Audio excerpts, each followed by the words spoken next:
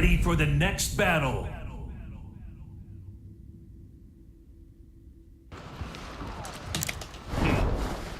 Round one. Fight.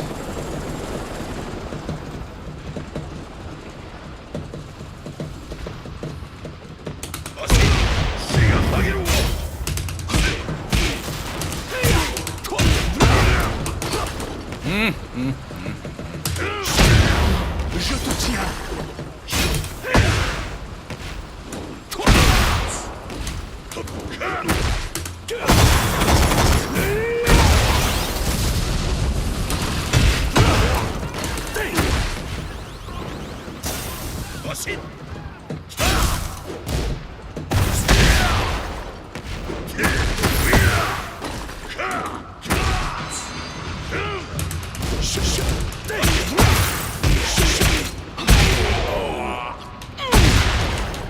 Round two.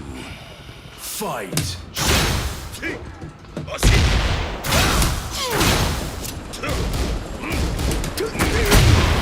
Je te tiens.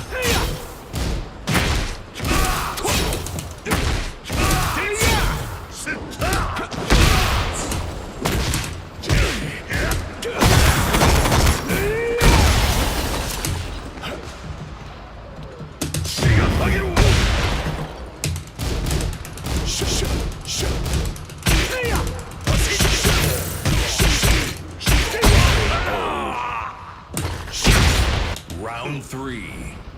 Fight.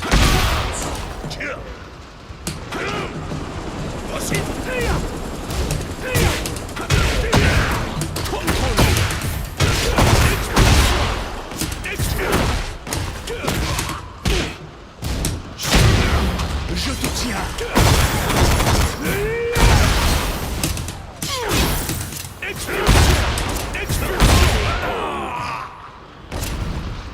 Nous mettrons un terme aux exactions.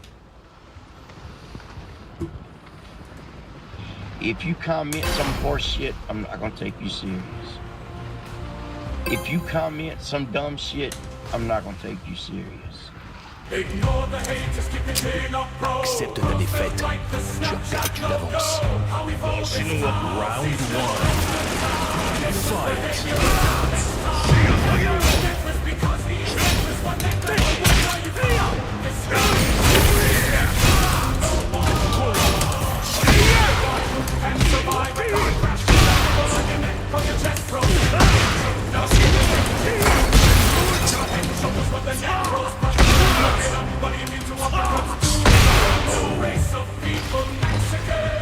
Round two. Fight. Je te tiens.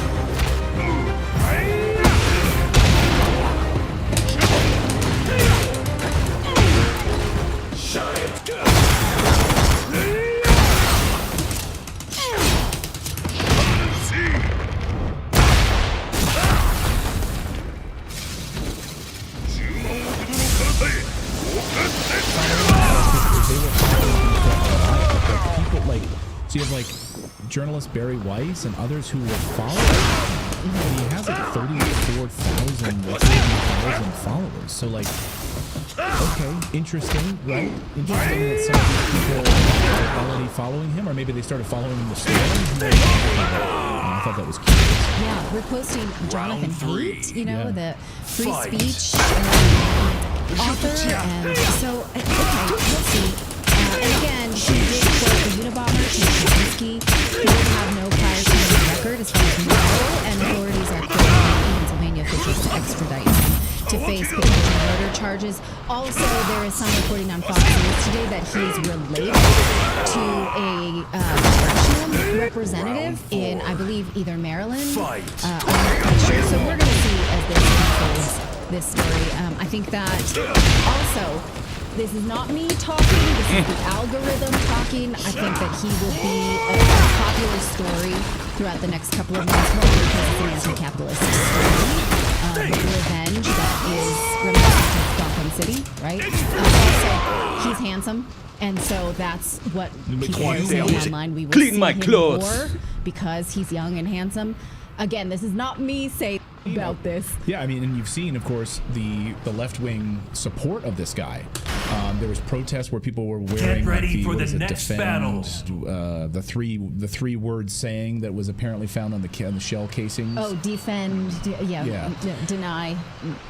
It's because we've been arming Al-Qaeda for over a decade. When Obama decided to call them moderates, okay, we're going to revisit that because Yeah, anyway, we got more news to get to here in this. We're going to talk about a lot of this, plus Democrats calling on to pardon all illegal immigrants in the United States. Should Biden... How does that work? We'll tell you. We'll tell you in a second here. And yeah, but a big thanks to our friends over at Moomoo for sponsoring our channel, a trading app available for users in the United States, Canada, and Australia.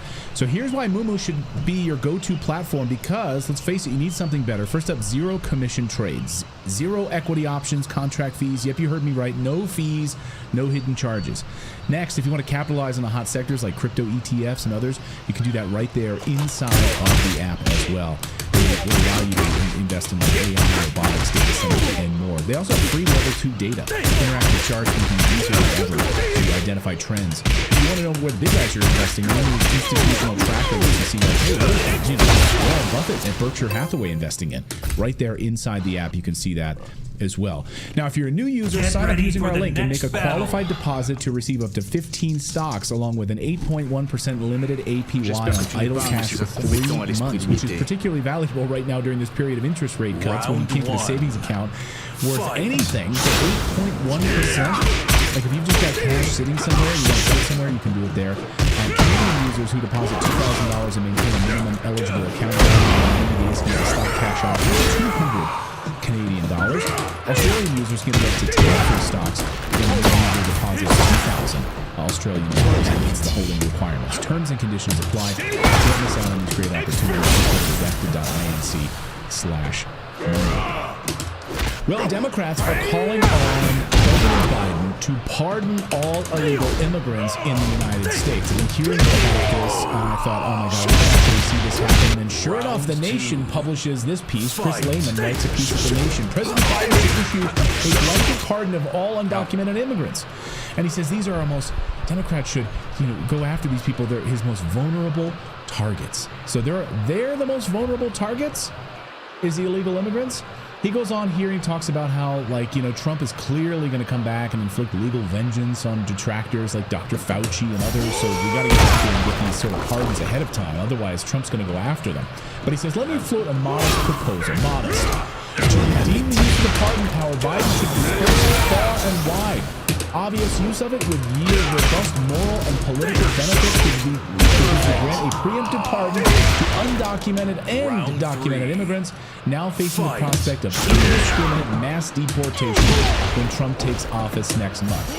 So, special care should be taken to include legal recipients of temporary protected status, such as a Christian community in Springfield, Ohio, who relentlessly were demonized by the Trump campaign. Eat the cats, all that.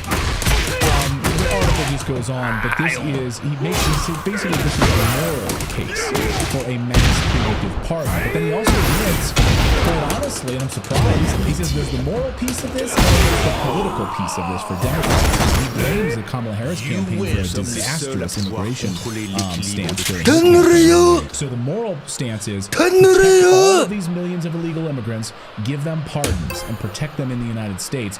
And then, of course, the political side of it is it would help Democrats. He admits openly this would be unbelievable boon for Democrats in the next election. They're all given pardon power and protected, and then perfect Democratic voting in 2025, 2026, and beyond. This is an unbelievable.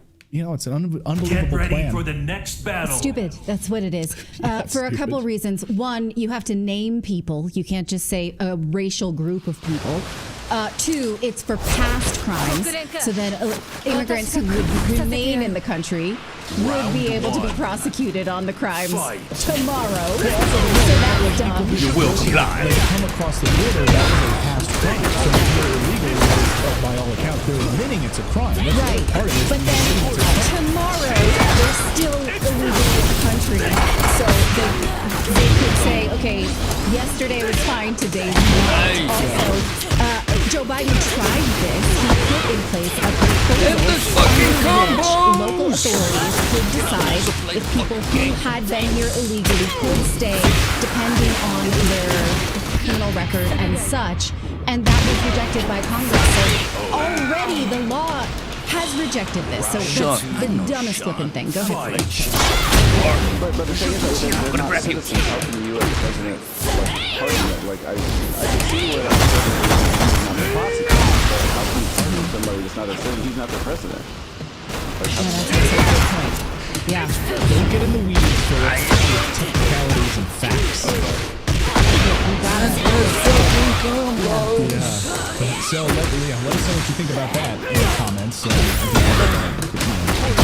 People's name is stupid. Cosmic Sofa says as soon as they are pardoned, they want to close the border. So yeah, I guess you close the border, the pardon is totally shut up the border. 10 million of the new Democratic voters in the United States. All right, well, Daniel Penny was filmed drinking a bar today, having a beer after he was acquitted of murder charges in the death of Jordan Neely. And the 26-year-old Marine had his beer, celebratory beer, with his defense team after leaving the courthouse where the jury did acquit him of criminally negligent homicide. Last Friday, the jury had said they could not reach a verdict in the manslaughter charge, so the judge told them we'll just then move down the list. It seemed like it was not a good sign that the judge said, well then, okay, we'll release this one, you move on to criminally negligent homicide, as if the judge was looking for a conviction. That's what it felt like. But then early in the day, on Monday, the jury came back and said, no, we find him not guilty of this. His defense had many people. The defense had you fucking still in the fucking jump, bud. Saying they were terrified of Jordan Neely. The low berry's much too easy, man. And had sort of turned It's her too baby easy. away. You're And still she in said the she jump. thought for sure she was going to die. Low She was berry. in fear for her child. New York City Mayor Adams had spoken out in support of Daniel Penny, saying the Sean. city failed Jordan Neely by repeatedly letting him out, letting him harbor this addiction, threaten people, continue to hurt people, and that this was not the failure of Daniel Penny, it was the failure of the city. Trial evidence again revealed that Neely... It wasn't just a failure of the city. It was a failure of the family. Well, you want to be careful with that, because a lot of people get hooked on the opioid crisis is not necessarily the failure of people's families. People who are trying all the time to get their kids clean, and the city will continue to pump drugs into... I see this in San Francisco all the time. We had a woman on this show whose own son had got hooked on fentanyl and at a party, one pill, and then she just could never reach him again. Remember the woman who tried to You're the absentee father. You're not involved in your child. Again, we don't know the circumstances of this family, so let's not blame all families for addicts. That's the danger. What do you know about this family? Go ahead and tell me.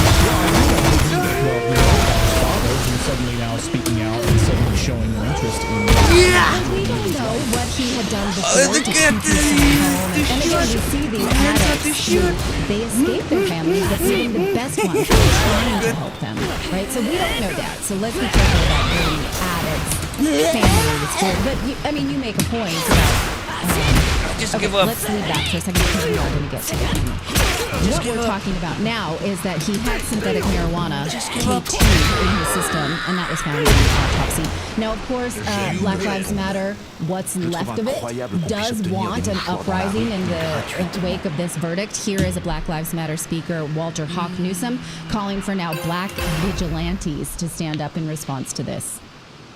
How can you preach love to racists? That got Dr. King killed. How can you promote love Round to one. a nation that is built on theft and genocide? What we preach is unity. Black unity. Stop begging this system to justify lies. Stop begging this system for justice. When things happen to you, you step up and defend yourself. Just like everybody else seeks justice on their own, just like everybody else has vigilantes, we need some black vigilantes. People want to jump up and jump up. How about when they attempt to crack up? Okay. So not all black people feel this way. Clearly, this is just the, I want to say, what's left of the Black Lives Matter movement. You can see it's not even a major fundraiser anymore. Here's a popular TikToker named Anti-Liberal Club saying, why are black people justifying bad behavior when Penny was a hero? Watch. What does that mean? Oh, you fuck. Do we have to do that day on the train? I don't know. New Yorkers and BLM members say they always, you ever see they always justify bad behavior? The man was arrested 40 times. He's not a value to society. Penny, valuable to society. He's protecting thousands of people on that train that day from being harassed by taking care of the situation. Salute to Daniel Penny. I pray he sues the state of New York for racism, hatred towards American citizens living their lives. Daniel Penny, not George Floyd. Daniel Penny used to have a statue built in his office. Daniel Penny eradicated the world as someone that just didn't want to be a valuable member of it. I have no problem with Daniel Penny. Daniel Penny, American hero of the day. Salute to him and his lawyer for getting off. Free man. You're Now, of course, it mine. sounds harsh. He's saying they're really not really value to society. But I do think, obviously, people say, well, he was Michael Jackson dancer. He gave us some entertainment, right? The city, Now clean my of course, clothes. talking about personal responsibility. The man was high. He was a drug addict. He was threatening innocent people. And the city did frame Daniel Penny for being white, and in fact allowed that to be a major part of his trial by calling him the white man repeatedly after a witness called him the white man. So here we have a pendulum swing here where a black man is speaking out on behalf of the racism experienced by the white man. So that's interesting to observe, right? That's what we're observing right now. Daniel Penny, though, right, will still face a civil trial from Jordan Nealing's father. And yes, we are owed answers to whatever you deserve, sir, when you were trying to help your son who was an addict and homeless. Was that the case? Sure. I don't think we should blame all families for the actions of addicts and criminals. Absolutely not. But sure, if you're going to sue and come into court and say, present that what was done to help this person before. Yeah, because I mean, if he's 18 years old, he's an adult, right? At the end of the day, Yeah. he's an adult. He's on his own. Is his father just an opportunist? Opportunist. We should know this because he is in fact seeking monetary damages from Jordan Neely now, from Daniel Penny. I'm sorry, the names are too similar and I get them confused. Because he's saying, I lost my son. He is now seeking monetary charges, but now Penny's been acquitted. So will that be a hard trial for him to face? The father was reportedly in the courtroom today when Penny was acquitted. There was reportedly clapping in the courtroom, and the father yelled, "You clapping when my son got effing killed?" And court officers quickly moved in and said, "Out, you're out." That was a direct quote. And again, given that now he was acquitted of those charges, that will be a hard case for the Neely family seeking monetary damages. So we'll keep an eye on that. Now, there's a similar case in Germany that's now under investigation. I just wanted to flag this for you. A woman in Germany was stabbed in a train station after a man grabbed her butt and reportedly her arm. The details are a bit unclear right now. Some reports say she followed him after he had let go of said butt and then stabbed him just once in the heart and he died. Other reports say he grabbed hold of her and wouldn't let go. What is not contested is that the butt was grabbed, a knife was pulled out, and she stabbed him once and in the heart and he died. So we'll see if Germany has a similar trial and case like this. Ryan Sargent, thank you for your $5 super chat. Black Vigilante, that BLM guy was asking for. Wasn't one of the guys helping Daniel Penny to restrain Jordan Neely, a black man? Yes. Who was not charged. Who was not charged. Yes. Right. And, absolutely. yes. So, good call. All right, let's talk about Jay-Z. Here we go.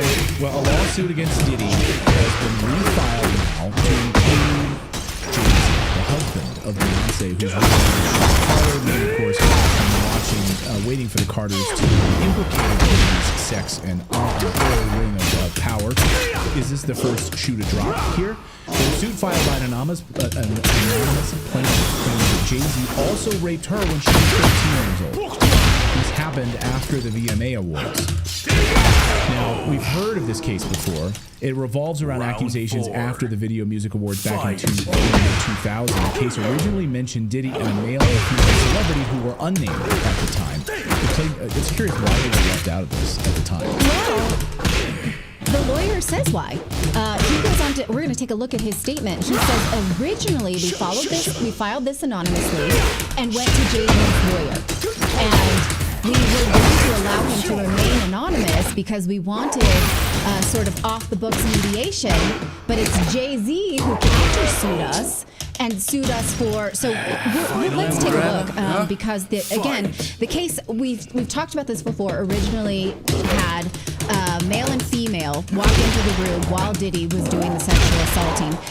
The male then took turns to do his own raping while the woman was there. We don't know who this woman is. Again, in 2000, Beyonce was not married to Jay-Z, so we don't know. Jennifer Lopez was Diddy's date at that award show. So could have been either of those ladies. We just don't know. Or somebody else. Yeah, it could have been somebody completely unrelated. We don't know, but what the lawsuit says is that person was famous. So who was around those dudes who was famous at the time? We're not accusing anybody, just so it's clear that it's not clear right now. Now, here's Jay-Z's statement in response to this. He claims that Tony Busby, which is the lawyer who's filed this, has a pattern of these type of theatrics and goes after celebrities for large settlements. He says he's not going to settle. He's not going to give one red penny. He says the real victims here is his family, his wife, because now they have to sit down their children and explain what they're going to go through. I would be surprised if his children had not already had inklings of this. His daughter, his oldest, is about to turn 13. And of course she knew that his dad is mentioned in this, in the wake of the Diddy accusations. Interestingly enough, she'll turn 13 in January. 13 is the age of the victim in this case, the plaintiff. So we must consider all 13-year-olds equally. We don't know, right? Okay, we're going to leave, again, innocent until proven guilty. These are claims. But yes, we should consider all 13-year-olds. Mr. Busby released his own statement saying his client is actually not seeking money. She sought a confidential mediation, and that it was Jay-Z who sued him under a pseudonym a few weeks ago, saying that his firm sent a letter to his lawyer in behalf of the alleged victim. He says, since the letter, Mr. Carter has not only sued me, but tried to bully and harass me and this plaintiff. His conduct has had the opposite impact. The plaintiff, he says, is now emboldened, and he's proud of her, and that they're going to fight this out in the court and not in the media. Obviously, he thinks he has a case, but you have to wonder, if he has proof, the government must have this proof too, right? Right. Why is this a civil case? Why is this not a criminal case? Is it because it's past a statute of limitations now? I mean, 2000, that's 24 years ago. 24 years ago, and I think there's a statute of limitations on criminal, right? I don't know. I'm not a lawyer, and I don't know if it's state to state or not, but... Well, in New York, we know that the statute of limitations was removed in order for E. Jean Carroll to accuse Donald Trump. We know that. But that was a civil case. It never became a criminal case. So it's a good question. What is the statute of limitations for a civil case for sexual abuse of a minor? I don't think I don't know. And is there anything ongoing that the government would know? Will there be a criminal case and we're just waiting because this is playing out in an Epstein-esque way? We don't know. Well, the United Kingdom doesn't want any white James Bonds anymore. We're not talking about movie casting directors, of course. Well, they're trying to turn the next James Bond black. That's been the goal, of course, for a while, or at least a person of color. Too many white James Bonds, so they've got to figure that out. But now we're talking actually about the UK intelligence agencies, the actual UK intelligence agencies. So James Bond cannot be white in real life, according to internship applications at the United Kingdom's MI5 and MI6 headquarters. So here's the headline. White British students not allowed to apply for security services internships. The British intelligence agencies have been accused of overt racism because their summer internship is only open to ethnic minorities from economically deprived backgrounds. So you can't be white. You absolutely can't be white. The ad says it's open only to black British, Asian or Asian British or mixed heritage, or members of other ethnic minority groups. Wait, I mean, so again, maybe I'm overthinking this, but isn't like you want somebody that's not likely to be compromised, and so they kind of shouldn't they try to avoid people that are financially destitute? I mean, that's something that police right. Recruiting and they don't want people that have a bunch of debt because they can be compromised, they can be bribed. Like that's yes, or have drug addictions, right? You have to pass like strict drug addictions, and so in using any sorts of illicit drugs. Yeah, no, they think that being disadvantaged is a virtue. Now that's. I don't understand how you make that case, but go on because it gets even crazier. It talks about how candidates with white skin can only be other white, like Romani Gypsy, Scottish, or Irish travelers. So if you come in there and you're white, they're going to be like, wait just a minute. So if I go to apply and you got to be like Brad Pitt like in wear that a gypsy outfit, like I roll in. Not like in Babes in Toyland. It's like okay. It's like gypsy, like Brad Pitt in that movie. What's the movie where he's a gypsy? Snatch. No. Thank you, Snatch. Yeah, like that. Okay. So an Irish traveler. I'm just an Irish. I'm just a humble. I'm white. I'm just a humble Irish traveler. Can I apply for your spy internship program? I guess so. I wish if I were black, then I'd get right in. If I was Asian or mixed heritage, I'd get right in. Also, you must specify class by saying that applicants must have grown up in a home where the main earner was either a tradesperson, a casual or service employee, or unemployed. What the hell? This is total bollocks, right? What kind of spycraft is this? What kind of spycraft is their candidate going to be capable of? Like, I don't know. Stick out. You know, like where is our spy? Well, he's down at the pub. He's an Irish traveler after all, so he's down. It's lunchtime. He's probably down. He's Scottish. He's down at the pub. Okay, so at least a few politicians have spoken out against this, such as Chris Phelps, MP, who says this is morally wrong. We should actively encourage a wide range of applicants, excluding people based on skin color as racist. This criteria should be axed. White youngsters can suffer disadvantage too. That last line bothers me because, again, why are we saying disadvantage is a virtue? Like we're specifically looking for people. Like, for instance, Justice Department, we've seen in the United States that the Justice Department was looking for mental retardation in their hiring process. What are we doing here? What's the goal, guys? How about just being capable? Just read J.D. Vance's book, Hillbilly Elegy, to know that there are a lot of white disadvantaged people out there. I don't know if you're aware of that or not, but there are quite a few multi-millions of white disadvantaged people out there. Mm-hmm. Yeah. But again, why is that desirable to be a spy? I'm just wondering what kind of charity is MI6 now being James Bond is only for charity work? I'm so curious. It's DEI. Maybe it really it just foreshadows that the MI6 is out of money, and so they want people that know how that they can still survive with very little. Right, but recently twists. Yeah, but recently there was this complaint that an MI6 spokesperson recently told ABC News in Australia that they have a shortage of people even wanting to be a spy at all. This person explained it's because young people have, quote, the desire to not make the world a worse place. Which I love. When you see what the CIA and the FBI have done to the United States, two of the most corrupt organizations, we start wars around the world with disadvantaged countries. I think I want to do that, actually. So they have to take the most desperate kids So you walk into MI6 and you're like, you know, I'm proud to be here. What have we done? What does MI say? Oh, we helped kill 1 million people in Iraq by creating false pretenses to lead us to war. Yeah. What else have we done? Oh, we've undermined Ukrainian peace process where hundreds of thousands of people could have survived and lived, but we pushed for war against Russia. Yeah, I'm happy to be here today.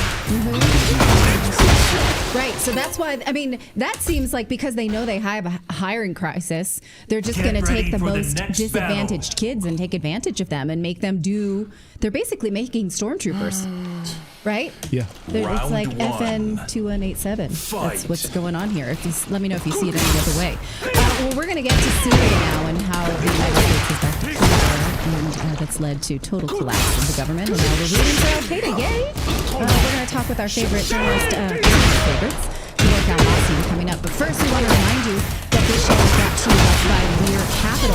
So if you would like to learn to invest in precious metals, Lear Capital is a great place to get started. And in fact, they can help you whether you want to invest in gold or silver. And silver is a great deal right now because it's I want to say it's set at a lower price point and is obviously we need silver for almost everything we use. All of our electronics and a lot of our technology uses silver. Silver is a rare earth metal, and Lear can teach you how to do this with whatever you want, whatever kind of expendable income you may have, or in your retirement accounts as well. You may not know that you can self-direct your retirement accounts and own precious metals. Lear is a great place to get started. So give them a call at 800-613-3557. They've prepared a free guide for you, free investor's guide, so they can teach you how to do this. Again, this one here you might want to read, Sky High Silver Ahead. Check out their report on the silver shortage and how you can take advantage of that. You can call them again at 800-613-3557 or go to learredacted.com. I mean, I know we don't all love to use the phone right now, but that's how I got started with Lear. I just gave them a call, didn't tell them who I was. I just said, I want to learn more about this type of investing in my retirement accounts, and it was like a master class. So there's no obligation to purchase, just learn how to do this, or you can head on over to learredacted.com. That's learredacted.com. Well, the black flag of ISIS and Al-Qaeda now being raised over the capital of Damascus, Syria. The country's president, Bashar al-Assad, now in Moscow, Russia. And the country that was once one of the most peaceful countries in the world is now basically being run by terrorists backed by the CIA and the West. So if you're in America or you're in the Western country and you're waking up this morning trying to understand what in the heck happened in Syria, I think this headline here, you could probably point to this headline, which shows in Syria, in the Los Angeles Times, in Syria, militias armed by the Pentagon fight those armed by the CIA, to which Elon Musk tweeted, wait a minute, our tax dollars are somehow funding both sides once again? And now that country lays in ruins today. For insight and analysis on Syria, let's ask Syrian journalist Kavorka Almasi, and friend of the show, who's clearly not gotten very much sleep over the past couple of weeks. Thank you for joining us here on Redacted, as always. Thank you so much, Clayton, for the opportunity. So where do things stand right now? I've seen it thrown around on social media that what we know of Syria as a country will cease to exist. Is that an accurate depiction, or round one? Are they being hyperbolic here? Fight. I don't want to make bold predictions, but I think this is going to be the case. I think Syria, as we know it, is over. Syria was not only a peaceful country, but it was a secular country in its unique way, and it's not like the Western secular countries. Secularism in the West usually means the separation of the religion from the state, and it also means that somehow going against religions. But in Syria, secularism meant that all religions and sects and minorities and ethnicities and the majorities also exist, and they are equal in front of the law. And the government had a strong, let's say, Jacobian force to even force these life. Round two. Fight.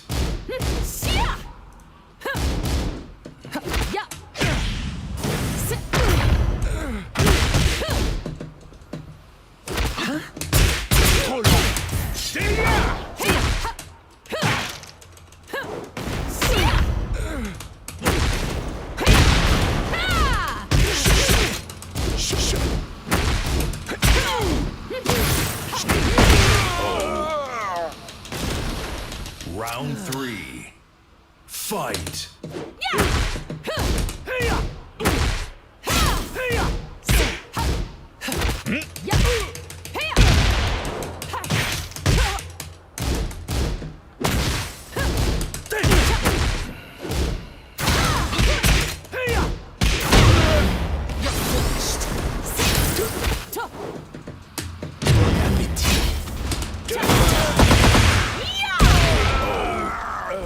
Druze minority ask for the protection of Israel. They're going to come for help, which means they're eyeing on a city called Asueda in order to conquer it and also annex it later like they did with the Round colonized. 1. The groups on the ground Fight. who marched from Aleppo and they were unleashed basically by Erdogan, they call themselves Islamists. They say they want to establish Islamic State. I'm not analyzing these things. They're the ones say that our fight against Assad was to remove the secular infidel regime, as they describe it, and establish an Islamic State. And in the Western governments label this group, which conquered Syria, as a terrorist organization Round because 2. HTS was Fight. basically Al-Nusra, which is the offshoot of Al-Qaeda, and Jolani was basically the founder of the offshoot of Al-Qaeda in Syria, and he was part of ISIS. Then, because the CIA always have brilliant ideas, as we know historically, I'm just being sarcastic, they tried to rebrand this guy, so they changed and they asked him to start wearing a suit and giving interviews to American press. It started with PBS, and now it's CNN. It's unbelievable. So CNN, yes, and Caitlin Johnston, journalist Caitlin Johnston pointed out, it's basically like the Democrats in Washington have Round tried 3. to rebrand this Fight. terrorist as a woke like, forget the fact that yes, he beheaded a lot of people. Yes, forget the fact that he's Al-Qaeda. Now he's our guy. And putting him on the air and trying to normalize this. If you remember right after October 7, what they said about Hamas, everything they said about Hamas, that Hamas has allegedly committed all these crimes were all committed by the group of Al-Jolani. And we have video evidence and we have countless number of videos showing decapitation, slaughtering people, cooking people's heads, severed heads, and basically killing women for leaving their home and accusing her of adultery. This is the type of ideology that Jolani believes, basically, and he came to Damascus and he is now occupying my capital, basically. Round and 1. under such a rule, it's going to be very Fight. difficult for a person like myself, and I'm ethnic Armenian and a Christian, to go back as a visitor or to go back and live. It's not like they're going to kill everyone down in the streets, because they are now in the process of controlling all the state institutions, but on the long run, Syria is going to become an Islamic State, under which the... Well, I was going to say, what happened to the Christians there? This never gets any coverage. So I will tell you, driven out. Round 2. actually, Clayton, in the past Fight. 14 years, the CIA and the regional intelligence, they have developed and supplied weapons to these groups which already committed ethnic cleansing of Christians. 80% of the Christians already fled the country. And there were NGOs, Clayton, something that I'm sure most of your viewers do not know. There were NGOs in Lebanon where many Christians fled. And once you arrive in Lebanon and you apply for this NGO, they could send you to Canada, they could send you to Australia, they could send you to the United States in a matter of 3 months. Once you arrive to Lebanon and you're a Christian and you apply for these NGOs in this resettlement policy, they would take you in 3 months to one of those countries, which means they have facilitated emptying Syria from its Christians. Syria had over 10% of its Christians. I believe the numbers are now below 2%. And the Armenian community is also 90% is fewer now. This is the same case in Iraq. Iraq had 1.5 million Christians and now it has 150,000 Christians, which gives me the impression that this is not some sort of a miscalculation. This is a deliberate destabilization efforts, and there are groups funded by the Western governments who commit ethnic cleansing against the Christians, and then the NGOs also help them move to the Western countries in a bid to empty the Middle East or West Asia from the Christians, because we have to remember West Asia Asia, the Levant, is the birthplace of Jesus Christ. So they're trying to empty this region of its Christianity because they have a different interpretation of Christianity, some of which some people call it Christian Zionism. And with the presence of strong, let's say, Orthodox Church, Catholic Church in these countries that are patriotic and they're against foreign interference, this is going to be harder for the Western imperialists to sell their wars in the region. But if you empty the Christians from the region and then present yourself as a savior for the minorities, this is going to be a better marketing strategy for them to come to the region and basically colonize it. And at the moment, I see that different countries, mainly the United States, Turkey, Qatar, Saudi Arabia, the Emirates, and Israel are the ones who are going to manage the affairs of Syria through their proxies. They have different groups, and each group will have its share in the government. So Syria is likely going to be disintegrated, and this is a really nightmare. This is why many people stood by Assad and supported him, because they saw him a symbol for the unity of Syria. And once he is gone now, I think Syria is going to head to really serious darkness. The goal of the CIA? What is the goal of Israel? We had Joe Keith on the show last week who said he didn't believe that Israel would want the destabilization of this country, the collapsing of this country. But now, as you pointed out, they have invaded swaths of it. What does the CIA want out of this? The collapse of Assad and his government? And what is Israel to this government? Actually, the Americans do not have strategic interests in Syria. They are basically doing the Israeli bidding. This is not America's war, although they dump the money, but it's Israel's security interest, and it's Israel's interest that the Americans are trying to achieve. Israel wanted to destabilize Syria, and they have Israeli officials, Israeli press, former head of Mossad, former defense minister, all confessed that they have supplied weapons, medical treatment, and cash to these same terrorists of HTS when they used to occupy the borders with Israel. They used to go to Israeli field hospitals, take medical treatment. Netanyahu shakes hands with them, and they come back and fight against the Syrian government. What Israel wanted is to cut the supply chains of Hezbollah from Syria. Syria used to be the territory where weapons were sent to Hezbollah in Lebanon in order to continue the arms struggle against the Israeli occupation forces in southern Lebanon. So they saw Syria as an important player that wanted to support basically the axis of resistance against the Israeli hegemony over the region. So they needed to cut the supply chains and install a puppet government which accepts long-term ties also with Israel. Assad rejected and didn't sign up to this treaty. But from the Israeli perspective, a peace treaty is a surrender. You have to surrender your sovereignty. You have to give Israel all what it needs. Therefore, that's why they wanted to remove Assad from power. I'm curious about why it seemed there was such little resistance from the Assad side. It seemed like they were able to march in pretty quickly into Damascus and take over the government. Of course, Assad is now in Russia. I'm wondering why. Maybe it wasn't.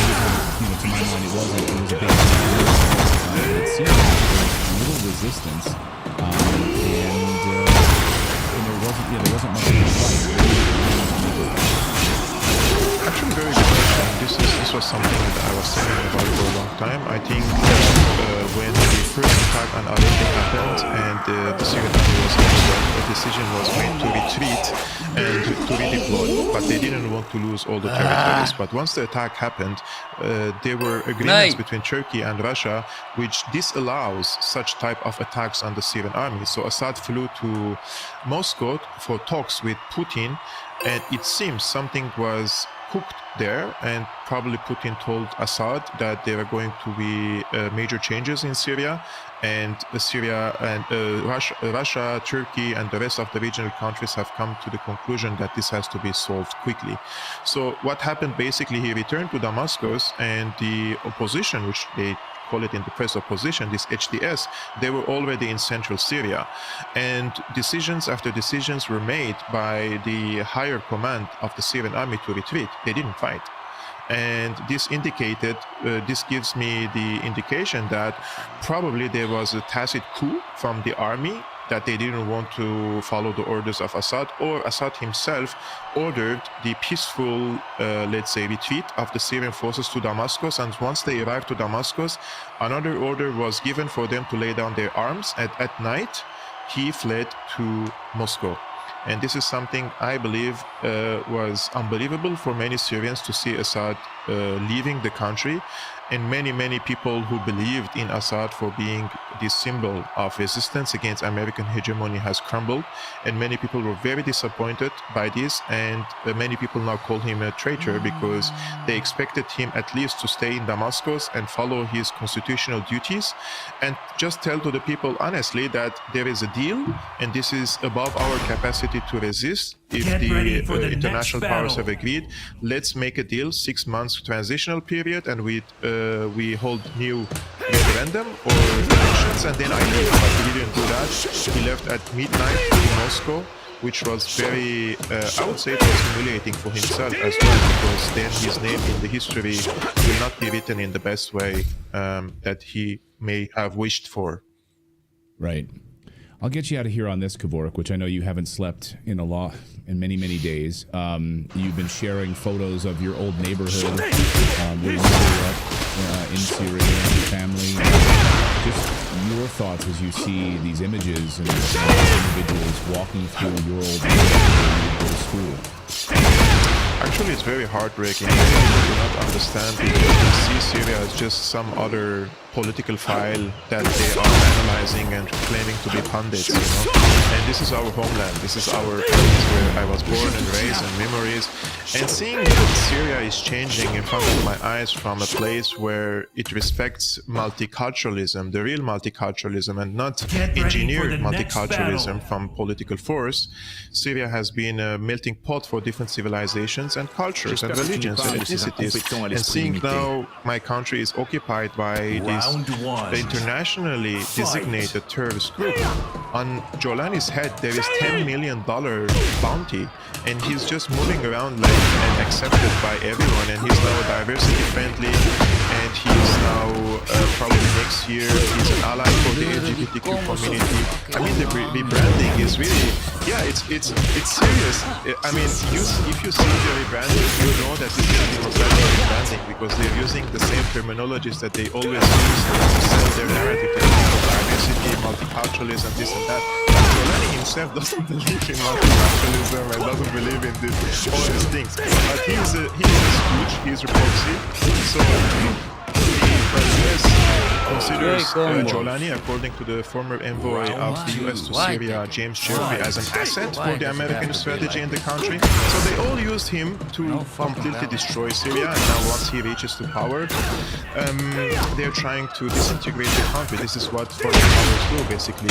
And anyone who should be ashamed, and we are the ones who failed our country. So I don't blame the enemies because the enemies do what the enemies do, but it's us who should have protected our country in a better way. It takes too long. Maybe the next person for Bud Light as well. Yeah. Well, great to see you. I'm so sorry that this is happening. Thank you so much for the insight as always. And, our heart goes out to you and the Syrian people for this disaster. Thank you so much for that. Thank you so much, Clayton. Just awful. And, it's upsetting. Don't listen to comments like he said who just, repeat government narrative. Right. And who tell you that Al-Qaeda is great. It's amazing. It's so hard. That's why independent media is so important. And, we've had, Kevork, who's a great friend of the show, has been on many times. And independent voices who are telling you the truth about what's happening in Syria. Kevork is one of them. Vanessa Beeley, another, Aaron Mate. Very few. I mean, I can count on one hand. So, when you're seeing like the Washington Post reporting or the New York Times reporting about the rebels and the freedom fighters, like, no. Just send them this interview with Kevork so who these people actually are. And videos are emerging already of Christians being attacked and rounded up. I've seen a number of videos of Christians being attacked and rounded up. And also chance to go after Jews. Going after Jews, going after Christians. This is exactly what's happening in Syria right now. So get ready. All right, we've got more news to get to here on your Monday.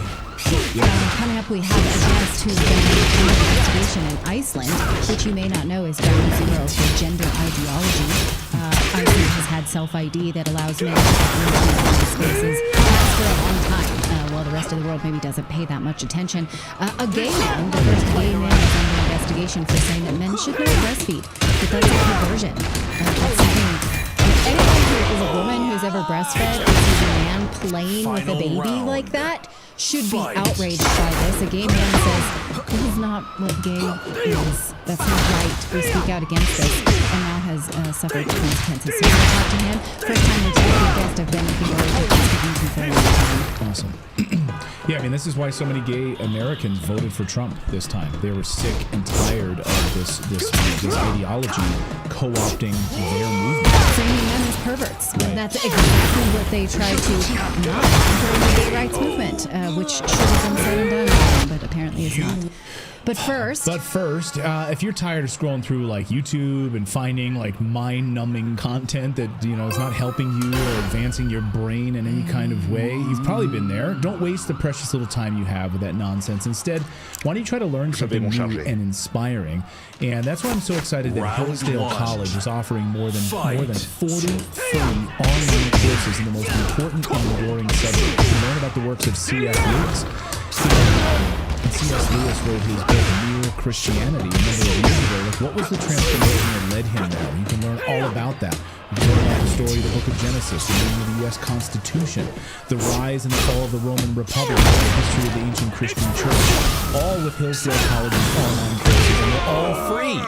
You can get these for free, available free. I recommend, I'm trying to speak here. I personally recommend sign up and try out, take a course on Marxism, socialism, and communism. This is a powerful course. It's a brand new one. We just rolled out. It's almost anything that Hillsdale College has produced before.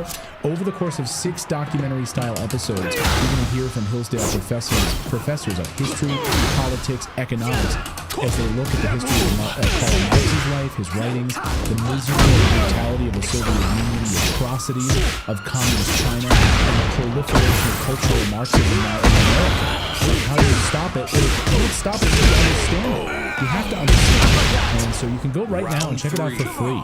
If you've got a few hours here and there on a weeknight, instead of watching something mind-blowing on Netflix or something else, or stupid mainstream media, put on one of those free courses and just spend an hour going through it. Hillsdale.edu/redacted. You can sign up and start your free online courses today. Again, Hillsdale.edu/redacted.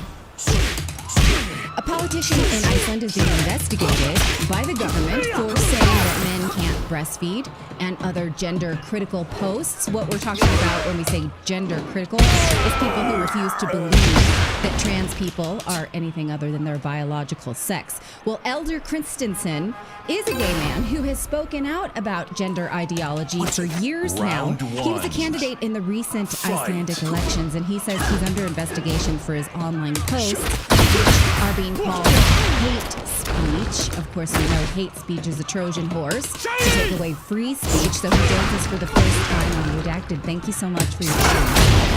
Thank you very much for having me. So I've been wanting to talk to you for some time now because you have a lot of comments on X where you speak out about how the trans movement is homophobic.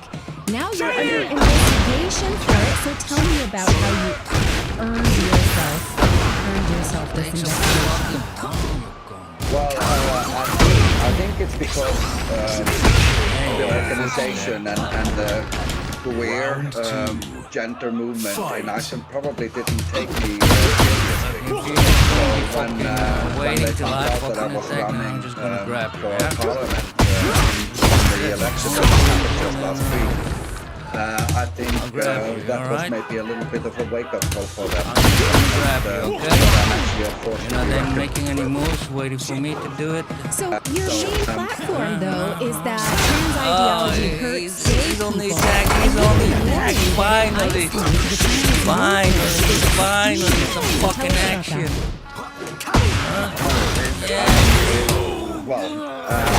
Waiting was and in, punishing, Lisbon, right? this fall. Are you attacking? Are you gonna attack? No, you're just gonna wait more, huh? I'm gonna grab you, huh? I'm gonna grab you, I'm gonna grab you. Headline of the talk was Iceland country captured by queer theory.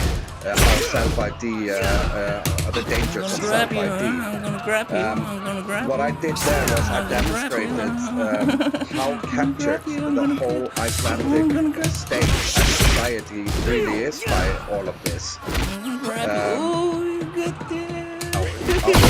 Schools participating in medicalizing and sexualizing children,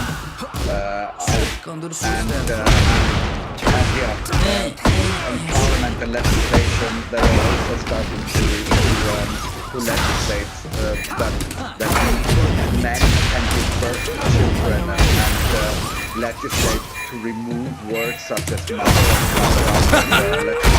So we're on a dangerous path, and Round 4. and also gonna if we grab you. accept the idea that there gonna are grab more you. than genders, then homosexuality or heterosexuality doesn't really exist, grab you. because if you have more than two genders, grab then you. you make the sexual orientation completely redundant, meaning grab you. that my lived experience means nothing, you know, and that's deeply Yes. deeply homophobic. Yes, I agree with you. One of the things that you wrote on X that got me in hot water was about a news article about men breastfeeding through the use of hormones. Cancer drugs is what they use to lactate a small bit if you're not feeding a baby. I think anyone who's ever breastfed knows massive abuse. Breastfeeding women, we go off of things like coffee Final and alcohol round. and Tylenol. We do not Fight. give ourselves things in order to That's feed a right. baby. What you said was this is a careful sexual fetish and pedophilia, and they don't like that, right? Tell me about that. They didn't like it at all. But the thing is, it just demonstrates how morally bankrupt this movement has become. And mind you, this is a movement that I was a part of back in the day. But it has completely separated itself from lost its moral compass. When you are willing to press criminal charges against the gay man for pointing out the obvious, and this is the hill that they have to die on. Men taking drugs to induce some sort of lactation to produce something, and then actually put an infant to your chest kill your and child try to feed that with your fake child. milk, man. I'm just left with a couple of questions. ready for the next The battle. first question is, what is the motivation behind it? You know, whose needs? Depopulation of the world, my friend. Is it the need of the child who's being fed, or is it some other urges? Because you have to think about, you know, if when a man takes a drug to induce lactation, he's doing it to feed a child that he hasn't born or given birth to. So you have to start thinking, like, why is he doing this? Why? And for me, after analyzing and looking at the situation, I can only come to one conclusion, and that is to soothe our sexual fetish. And when you include children in your sexual fetish, there's only one word for it, and that's pedophilia. Sorry. Right.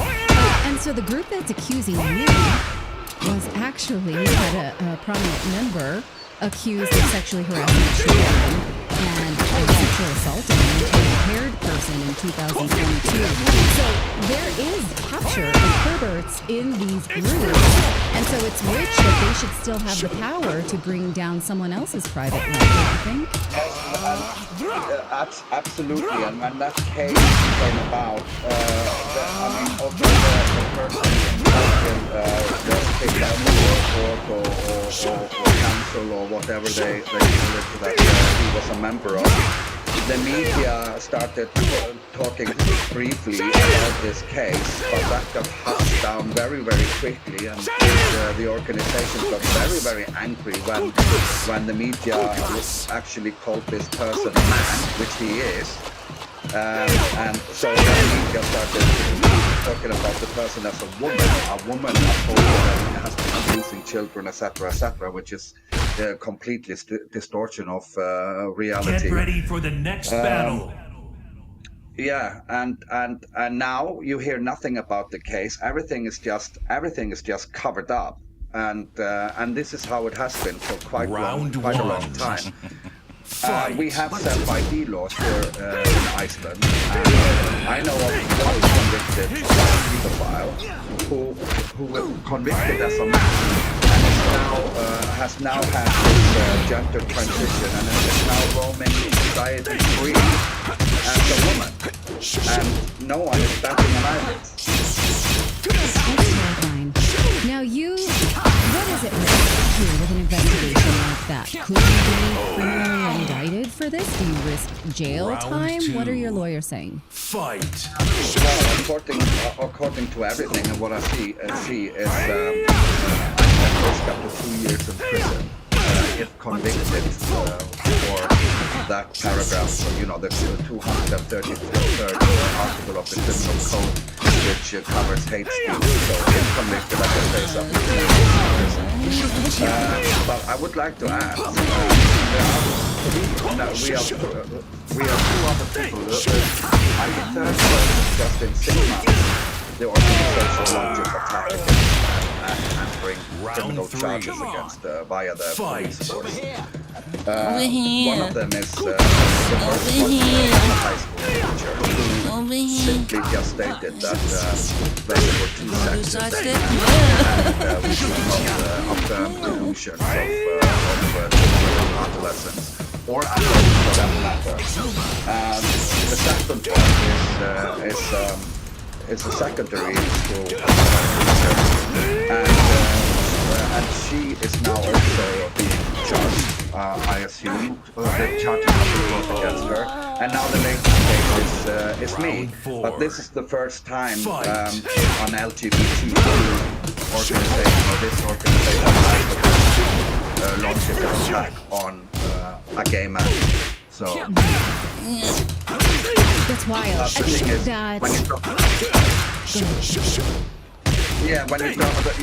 thing is, when you don't toe the line, then you become the enemy.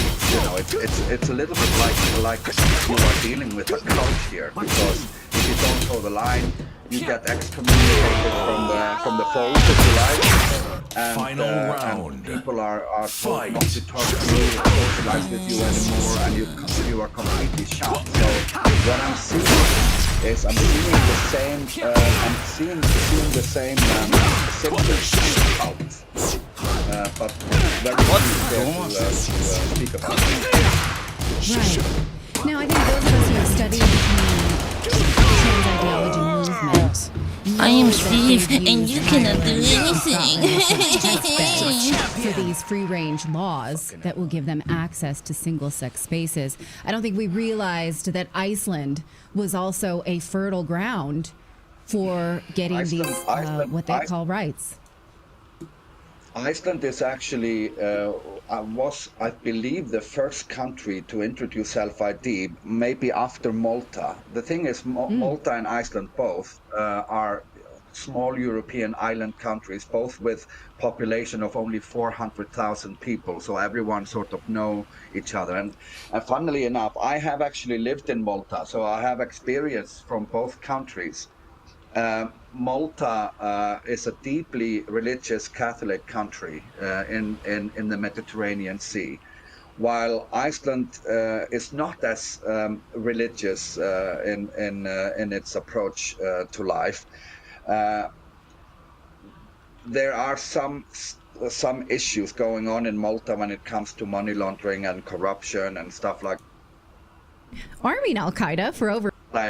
Yeah, so when they legislate to appease a group and a powerful group of activists, you are sort of buying yourself a little bit of peace and quiet to deal with your other stuff. So, but like I said, I'm not accusing Malta or anything, but I just have a suspicion that Get ready there is for the next battle. Another motivator behind them legislating, because even though the legislation in Malta is completely aligned with the LGBTQA++ community, I can tell you this much, that the culture isn't. So you don't legislate for equality, for tolerance, or equality, or for cultural changes. Cultural changes have to come from within, and they have to come through organically, not by force, not by legislation. Iceland, on the other hand, we got same-sex marriage or equal marriage in 2009 or 2010. I can't even remember whether it was Round 1. Fight. And after that, all of these organizations, or especially the Icelandic organization, started, experiencing the same as other organizations like in the UK when they had their same-sex marriage met. They started to get into some sort of an existential crisis. What should we now fight for? We have to find another purpose to keep going, because you have to think about this as an industry now. It's like it's a human rights, equality, equity industry, and it's become like a little state within a state where its only purpose is to keep itself alive. So that's where the child was suddenly created and was suddenly put in the center of all of this. I have various theories of why children were put in the center of this activity, but I think they are mostly to serve as a gender affirming care for adult men who claim that they are women. Yes. Yeah, I mean, that was born out of, I think, the Netherlands study where men said that they thought they could live an easier life had they transitioned early and their bodies not been so masculinized. But that was never studied on children. That was their sort of wish list in arrears. And one of the things that I hear gay people say is that the gay rights movement was about being seen as equals, not being seen as perverts. We don't want to be seen as sexuality as our identity. We want to be seen as family-loving, normal, social contributing members of society. And instead now they're putting this forward as a part of a gay identity, and that's wrong. 4. Fight. Absolutely, and the thing is, we've had these influxes before with men who want to center in various ways in the movement. We've had infiltration, for example, in the Pedophile Information Exchange PI and NAMPLA, the North American Man-Boy Law Association and stuff like that. And it took us years, decades of having that original influence out of the movement, and it was work to get them out. And now it just seems to come in through other channels, and it's very deflating. But what I would also like to say, why there are so many gay people, and hopefully more and more men like me, gay men. It's more the women who have been towing and taking this fight on. Gay men, we have to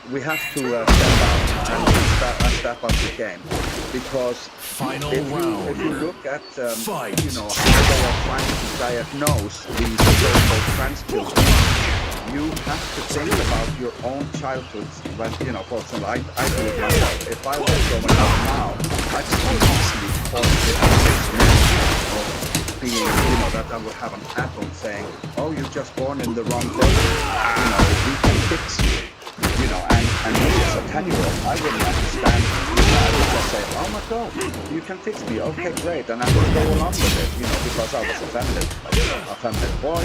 I had my identity during my teenage years because I didn't want to accept that I was gay and my orientation was this way. So we tick all the same boxes as these so-called trans children. So we have to let the children free, because the best cure for gender dysphoria You win. is actually to go through normal puberty. There's a lot of resolution, in coming out on the other side of puberty. Yes, agreed. So you I have would started a actually go GoFundMe. far.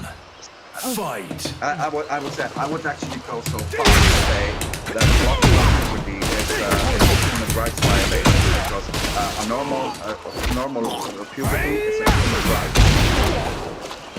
That's interesting. I've never thought of it that way, but I would agree with you. Absolutely. When you study the process of the brain's maturation, it's connected to keep people in a state of pubescence. It's barbaric. It's barbaric. Yeah. We shouldn't do it. Okay, I'll give you that. Yeah. So you're going to have a legal mountain to climb in front of you. So you started a GoFundMe, Yes. supported by Martina Navratilova. That's cool. She's been very outspoken on the issue of Shout out to her. Thank you. Yes, and so you also say that you would like to sue the Icelandic state broadcaster and the chairwoman of the National Queer Association in Iceland. So you will then be not just a defendant, but also a plaintiff. So tell me more about the fund that you've got going, because you've got a fight with somebody. Today on GoFundMe. Like I said, there would be cases that I would have to fund and finance. One of them being a libel or defamation to the state broadcaster, because they made claims about me you days should before do the your election, combo, which man. were completely untrue and made me sway voters or influence voters not to trust me with their vote. Fight. Secondly, the chairwoman of the LGBTQI organization in Iceland made that libel claims about me in a news article on election day, which was in a headline during almost all of election day on the 30th of November, so last week. And then I would have to get defense counsel for this criminal charges that are likely to be brought against me. Well, I wish you luck, and I hope you keep us updated on this fight in front of you, and at the very least, letting us know what's happening in Iceland again as a test bed for what these activists want from the rest of us. So you can follow Elder on X at JustGayIce. Did you have one more thing to say? I'm sorry I cut you off. Round 4. No, that's fine. Thank you very much for having me. It was my pleasure. Thank you. Thank you. That's going to do it for us this Monday, December 9th, whatever it's been. Thank you so much for joining us. Hey, we have a free newsletter. If you're not getting this news from Redacted via a podcast or a video feed, you also can supplement Redacted news in the free newsletter. You can find it at redacted.inc. And when I say free, I mean free. There's no upsell. There's nothing behind a paywall, unless we might link you to a news article behind a paywall. That's not us. We want you to have that as a companion to this show, so that when you read something and you think, well, maybe there's something that you're telling me, or maybe I have a different opinion, you can get a link to the original sources, read for yourself, and think for yourself. There is no requirement that you agree with us to be here on Redacted. We want a diversity of opinion and thought, even from you as well. So please join the Redacted newsletter for free at redacted.inc. We really appreciate you being here. We will be here tomorrow. Thank you for joining us, and we'll see you then.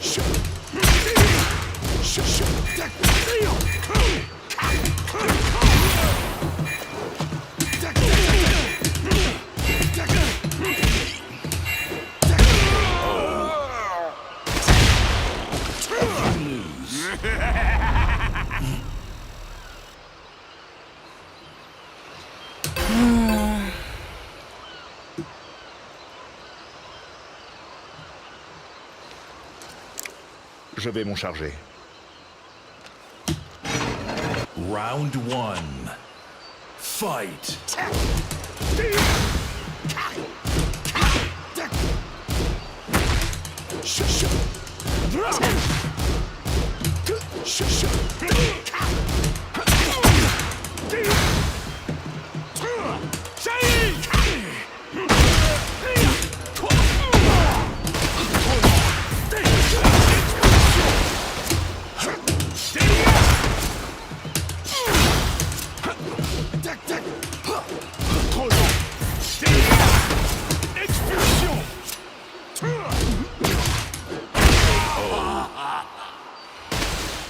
Round 2. Fight.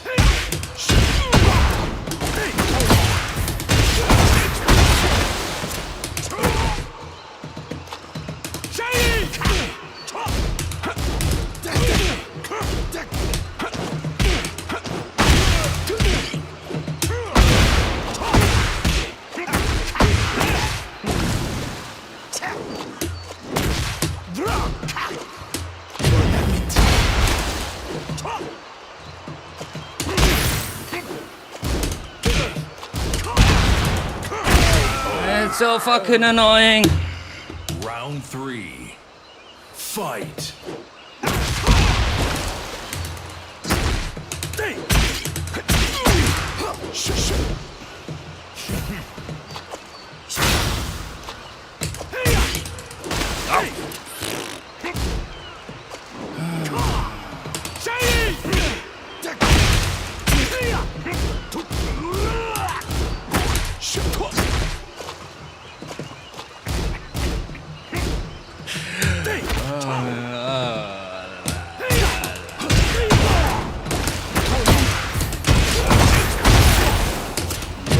Bon appetit. No.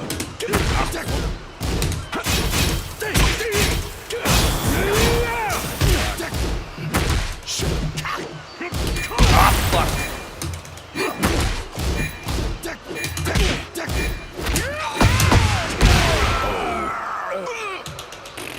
Round 4. Fight.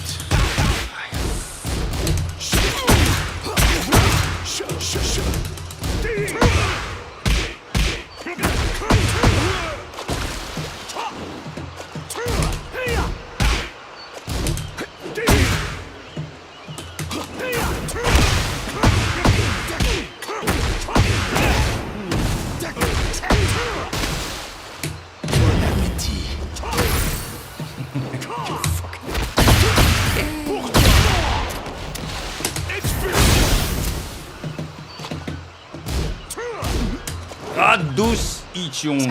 Godsamme.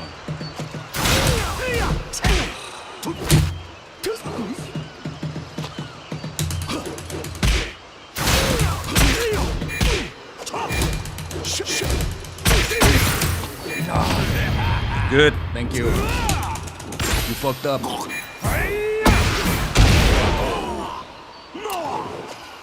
Final round. Fight. Why is it not a fucking hit, man?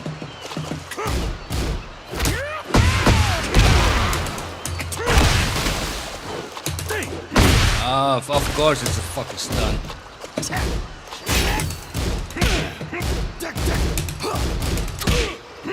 Why is Brian fucking faster than me?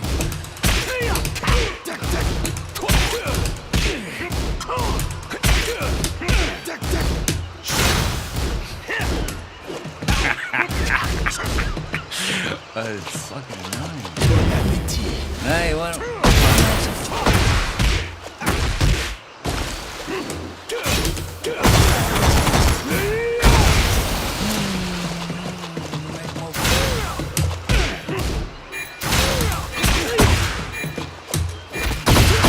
Come on, go on. Yes, run. Yes. You win. Nous sommes les seuls à pouvoir contrôler l'équilibre de puissance de ce monde. Sweating here, man. Get ready for the next battle.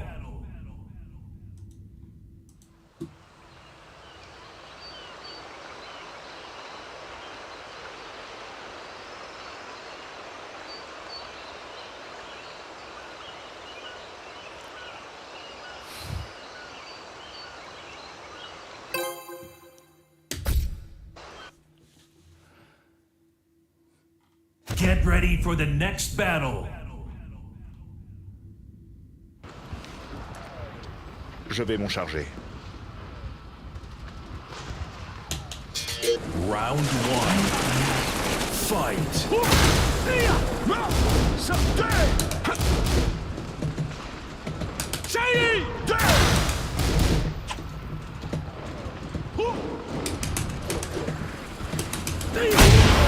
Je te tiens.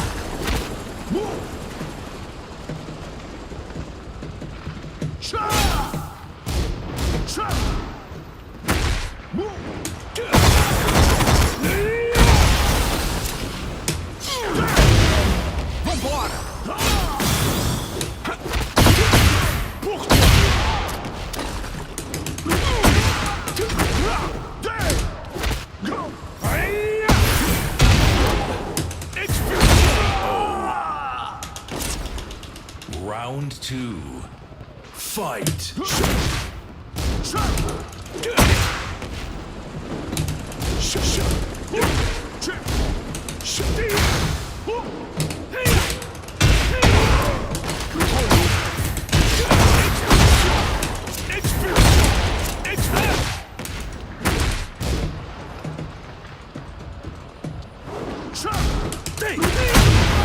Je te tiens.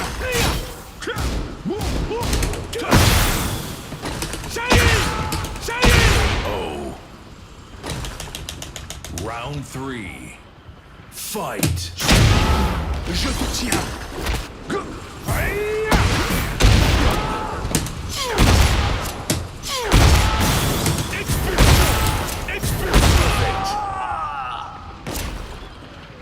You.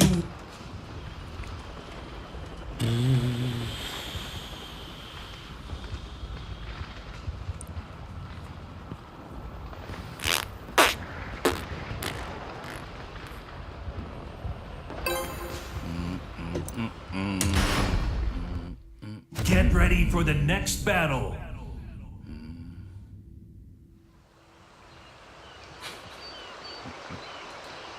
My name is Will, and not voting for Biden turned me white. Oh, yo, what's up, my fellow business associate? This was me before the election. Every celebrity, every politician, even my own family warned me that if I was black, I'd vote Biden. But I didn't listen. Then November 3rd, I woke up like this. I'm looking at Kim Kardashian right now. It does nothing for me. I'm a black man trapped in a white man's body. I'm a male Rachel Dolezal. I'm a male Dolezal. Finger on the trigger. 2 shots on a pinger. Tinger, ginger. Maybe don't shoot a ginger, maybe. People seem to love when you identify as all sorts of things, but now that I'm an actual black man trapped in the body of this weeb, no one wants to acknowledge it. I used to be like you. Try to get a haircut today at my favorite barber shop. He told me he doesn't cut lettuce. I don't know, maybe I'll do like a Sean King beard and hairline or something. Honestly, I don't know. Now when I holler at girls in the street, instead of thinking I'm a cool guy, they think I'm a friggin' homeless person. Yeah, what's up, girl? How you doing? Okay, sorry. I'm getting cussed out by white girls now. I can kiss jean suits goodbye. When I put them on now, I look like a friggin' hick. It's a Canadian tuxedo. I'm glad someone's happy. I talked to 50 Cent, Little Pump, Thomas Sowell. They're all starting to turn. Kanye got off the Trump train just in time. It always works out for Kanye, doesn't it? The other day I watched Tyler Perry and didn't laugh once. Adam Sandler, on the other hand, I now love. Yesterday I did sensitivity training at work, and the girl tried to make me admit that I'm racist towards black people. Bitch, I am black! Sorry, I'm like call girls bitches anyway with a social repercussion. Try telling people you like Dragon Ball Z as a grown white man. Maybe I'll be like an environment guy now or something. I don't fucking know. Chelsea called me to remind me that I'm black. This is how you remind. I'm freaking singing Nickelback now. I look like a fucking douchebag. Hey, dude, that's me. That's me now. That's my fucking life. I was looking forward to aging into an old black man, you know? Big belt buckle, unreasonably fancy suits for normal life. Some dude just gave me an atheism pamphlet. Yesterday I drank out of a red cup and I had the urge to flip it. I'm trying to look on the bright side. I mean, I didn't really have that big of a dick for a black guy, so that's a positive. I got a cab a little easier, I guess that's something. Not helping! Celebrities are always right, take it from me. Stay blue and stay black. I'm not even gonna try doing stand-up comedy. It would be this, f***ing a stool.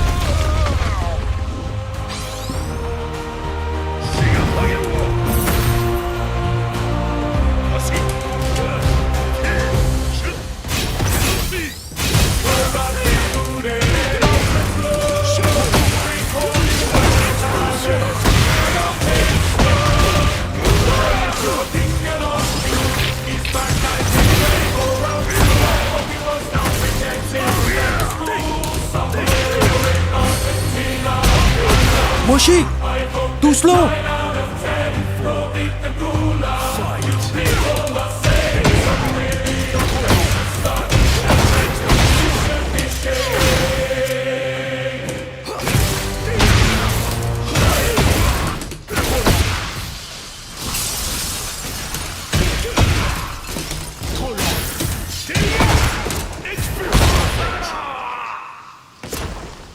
Nous mettrons un terme aux exactions des Mishima. Telle est la raison.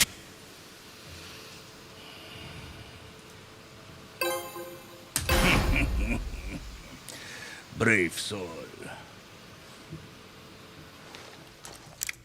Je vais m'en charger. In my Indiana Jones and the Great Round Circle one. video from a few days ago, I predicted Fight. it would be woke, and I had good reasons for this.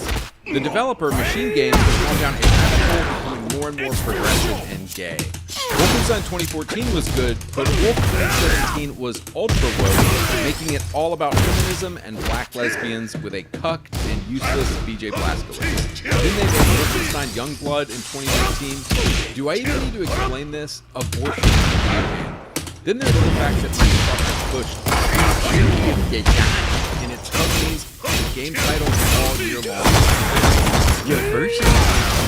And enforcing their anti-white, anti-male standards. Then we had this guy, and let's not forget that he's creative director, Satanist. So I had every reason to think the Great Circle would be woke as hell, but then I played it, and I gotta say it's actually pretty good. If you think about what myself and others do on these channels, we are begging people to go back to normal-ass video games. Stop using political agendas, just tell classic stories, stop inserting 2024 politics. And I gotta give them credit, they gave us what we've been asking for. It's not much, but it's a start. I'm not going to call the Great Circle based, but it feels like a classic return to focusing on fun in games, and there's barely a whiff of modern politics in the 25 hours I played. What this proves to me is that these woke developers are fully capable of making based video games, they are just simply choosing not to. And I think Xbox might have held a gun to their head and told them this game needed to be somewhat based. Now, one caveat, I don't recommend buying it. I would play it on Game Pass for $5 or whatever so that Microsoft makes as little money as possible. They are an incredibly racist company that is actively discriminating against white men right now. Fight. They have not fired avowed developer Matt Hansen, who went on Twitter and boldly proclaimed he is refusing to hire white people. Dude is still working at the company. They also put this chick in charge of the next Halo game despite never making a game in her life. But oh, she wrote a paper in 2014 about how bad white men are, so obviously she's qualified. I say all this to say that I would not blame you in the slightest for walking away from the Great Circle and never playing it, just because of how miserably woke Microsoft and Xbox are. And of course, Sony and PlayStation are just as bad. But given everything I just said, if we judge this solely on its own merits, and if you want to play a pretty good Indiana Jones game without any modern politics, this is actually it's that perfect play through it over the Christmas break type deal. So Todd Howard was very much in charge of this game, and despite 16 times the detail as Starfield's pronounced, I keep hoping that the dude might be based. I say this because the older Elder Scrolls games are very based and good, and if you've actually played them, you know what I'm talking about. So perhaps we will see Todd revert to his former based knight himself, but for now he's got way too many gays working for him. Alright, let's talk about the game.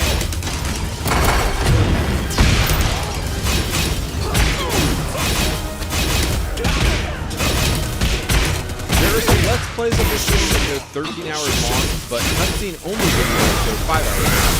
So something to say, The Great Circle is pretty much like playing a movie, and you're going to be doing that. And the cinematics are honestly the best part about this game. They're incredibly well acted. They're just as good as anything Sony is putting out. And this main German guy, bruh, dude, this guy is a psychopath. But they are so good at making you hate him that my hat is off to them. I'm honestly just glad villains still exist in video games. The broken homosexuals who made the Amazon Lord of the Rings and the new Wicked show are trying to make you think, oh, there aren't bad people, you just need to hear their side of the story.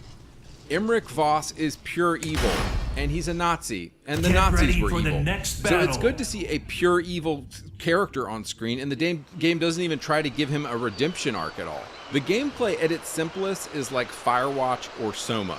Lots of walking around, taking photos of things, solving puzzles, and picking up clues. The other side of the coin is the stealth and the combat sections where you are fighting and avoiding groups of soldiers. If you really love Indiana Jones, want to play an interactive movie, can stomach the first-person perspective, and are okay with a bit of walking simulator-ish gameplay, this is the one for you. However, if you were hoping for loads of action, loads of guns, or an open world to explore, this is not the game for you. I would compare the action here to the stealth segments from Wolfenstein 2014, although they did do a few things to beef up that formula. First off, you rarely encounter firearms, so your only options for weapons are what you find lying around. This makes it feels like an Indiana Jones movie, I think. RPGs always let you know a weapon is stronger with stats. Sword level 1, sword level 2, sword level 3. But weapons in the Great Circle work a bit like the underrated weapon system from Dead Rising 1, where a beach umbrella beats a chair every time. A broom? Sure, you can hit a dude with that, but it will break. A hammer is obviously better. But an ivory bust from the 1800s is even better, and it shattering it on a Nazi's head is going to be a good time. Battle. I found myself picking up weapons based on the amount of cranial damage they will do. When you don't have a weapon, Indy's fist will have to do, and the punching minigame is pretty satisfying. You also have Indy's ever-present whip by your side, and you can just endlessly pop dudes with it, and that's pretty fun. I played Great Circle on medium difficulty, and honestly found it way too easy. I think it could have done with a bit more difficulty, but probably most players just wanted to enjoy the story. Getting around with Indiana can be a little complicated at times. The game uses an actual paper map that you hold out in front of you, and you show up as an arrow on the map physically in front of you. But there was more than one time in the game where I had not discovered the map for an arrow yet, so you have literally no idea where you're going.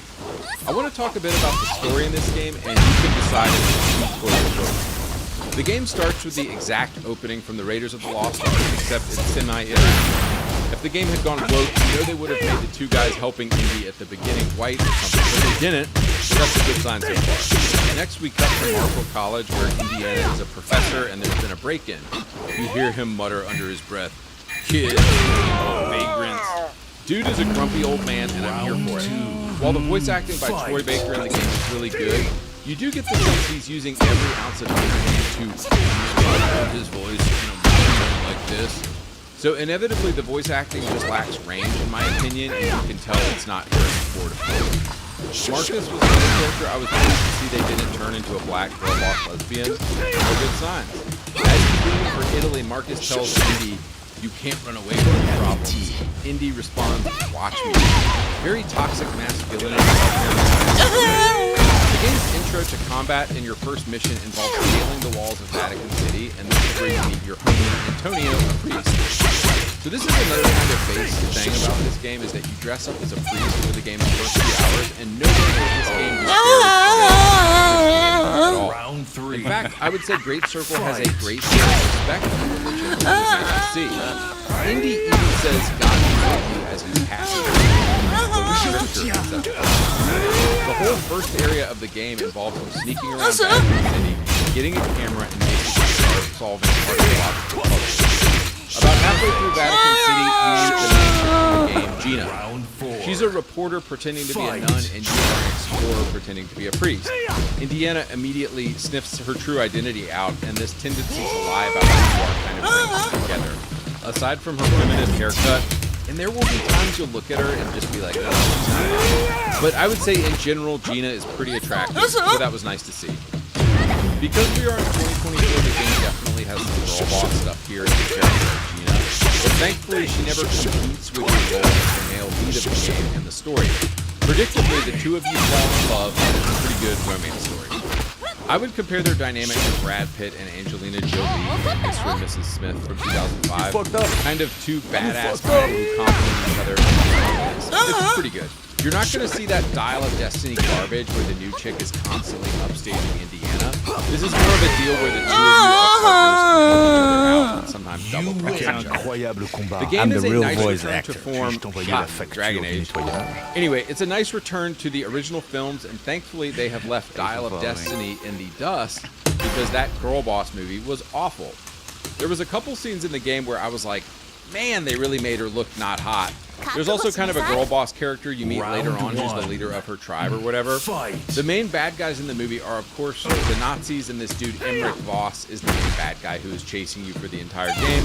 Whoever did his voice acting did an incredible job. So in closing, I don't really have much more to say about this.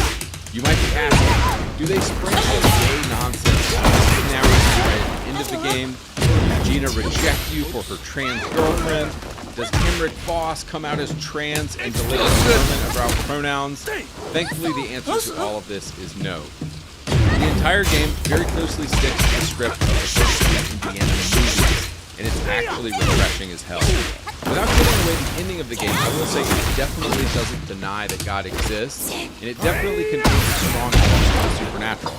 And this is, of course, exactly what all good Indiana Jones movies do.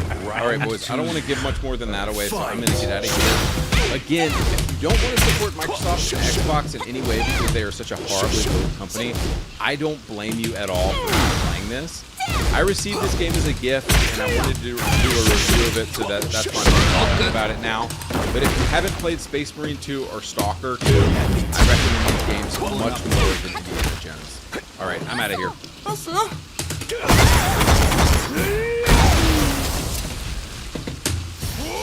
That's good. Stupid.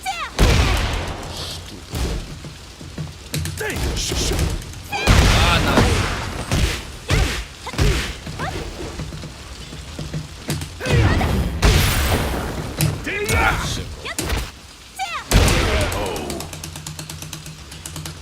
Round 3. Fight.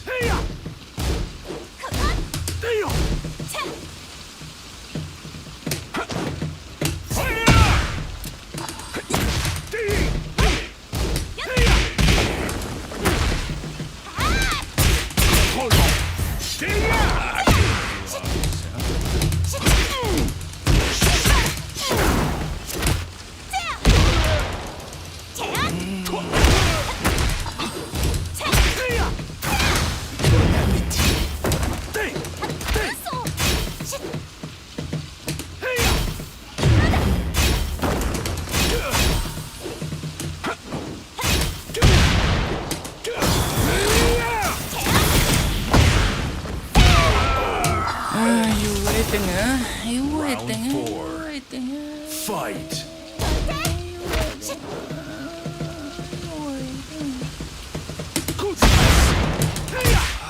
I wish I could do some cool combos, but I can't.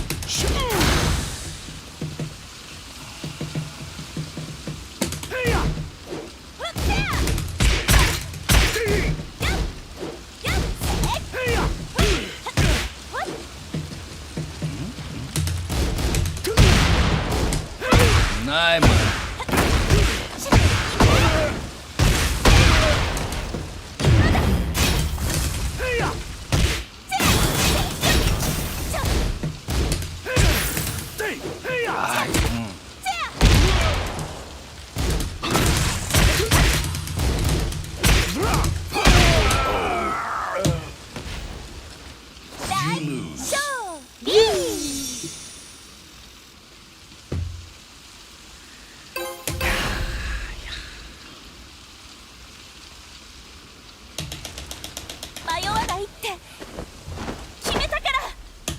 Round 1.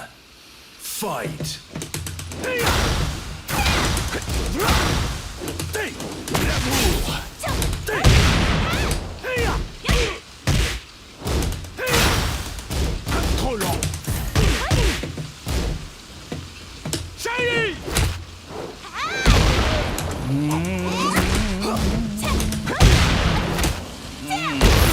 Fucking grab it.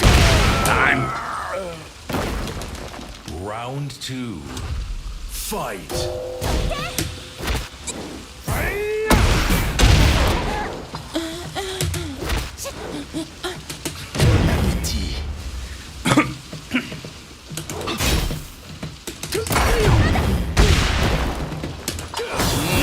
I'm gonna do it now.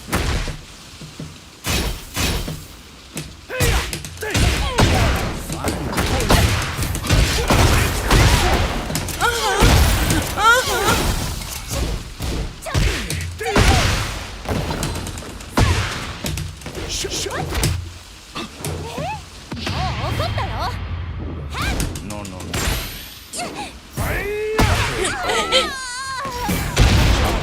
Round 3. Fight.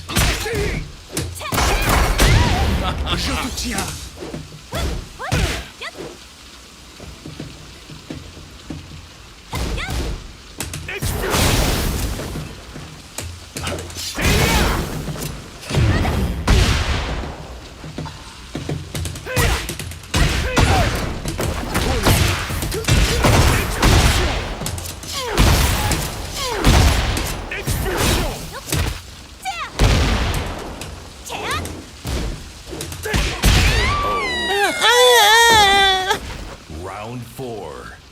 Fight.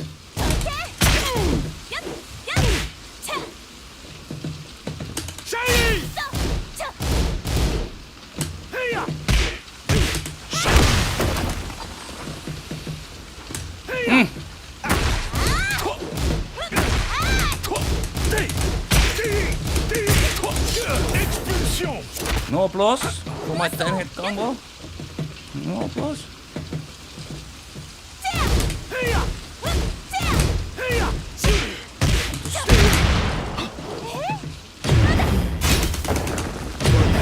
Ah, sidestep, you bitch.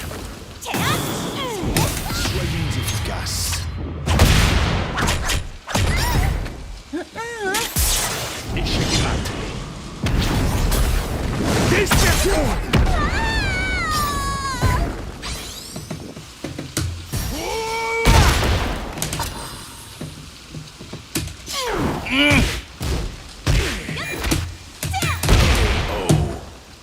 Why all this grabbing? Final round. Fight.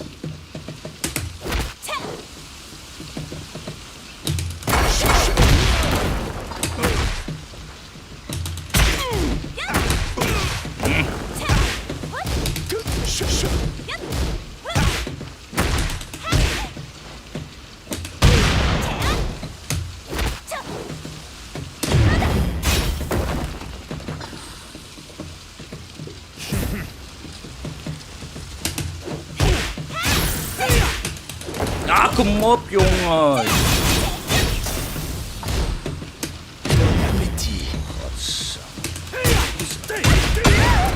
Soyez efficace. Échec raté.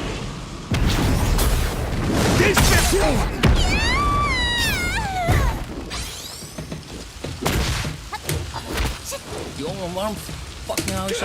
Oh!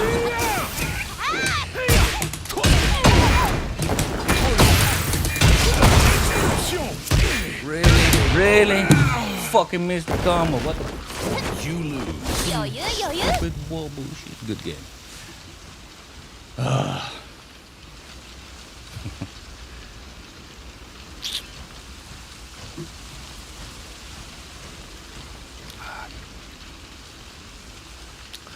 Need a break.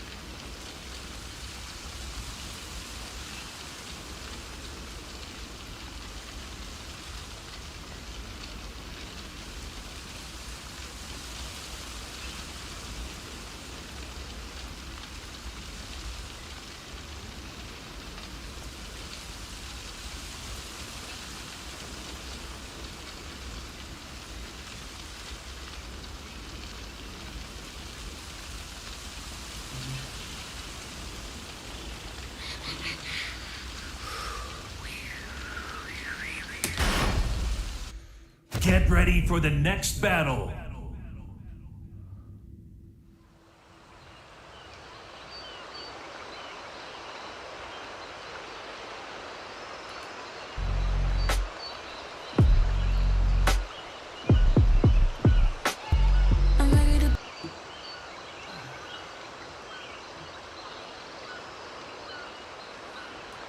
I worry, for example, that people get their science off of random places on the internet.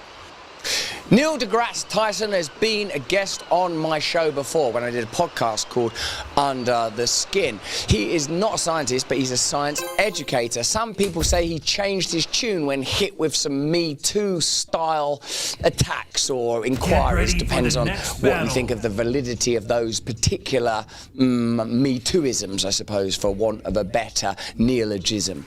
Here, Neil deGrasse Tyson is talking about how aggrieved he is that people get their information from sources that are not verified.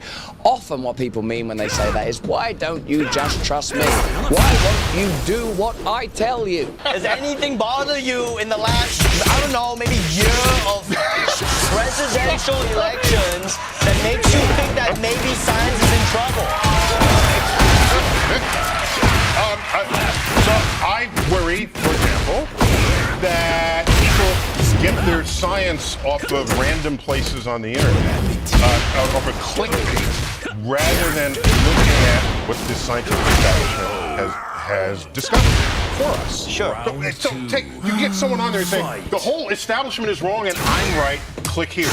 That's irresistible. Yeah, that's what we do on this show. It's irresistible. Very effective. And I'm thinking, no, science doesn't work that way. It works by, if you get enough observations and data, and if it comes to agreement, that's the new objective truth. Right. It's not one lone person that says whatever the hell they want. Doctor, I mean, right. Doctor, so far, I agree with you that science is good and the internet is stupid. That's pretty incredible because we are living in a time where only clinical trials that are profitable are being undertaken and only information that is expedient is being released. Let me take the most taboo subject I possibly could.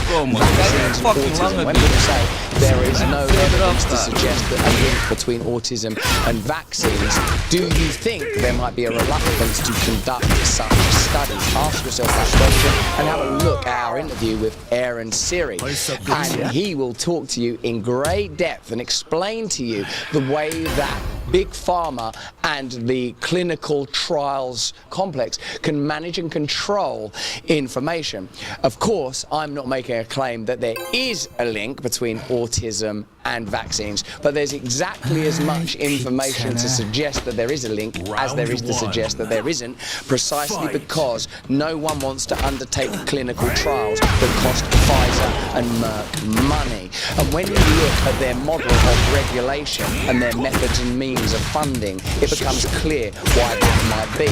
Now, in advocating for censorship, because that's ultimately where that conversation leads there, when people say there's too much misinformation on the internet, they're saying the information on the internet is a problem and someone should have the authority to control it. Well, let me ask you right now, and let me know in the comments and chat, who do you think should have the authority to decide what information you get and what information you don't get? Should it be the New York Times who are telling you that we should not be reporting on or discussing the fact that Russia, the world's biggest nuclear superpower, are potentially being provoked?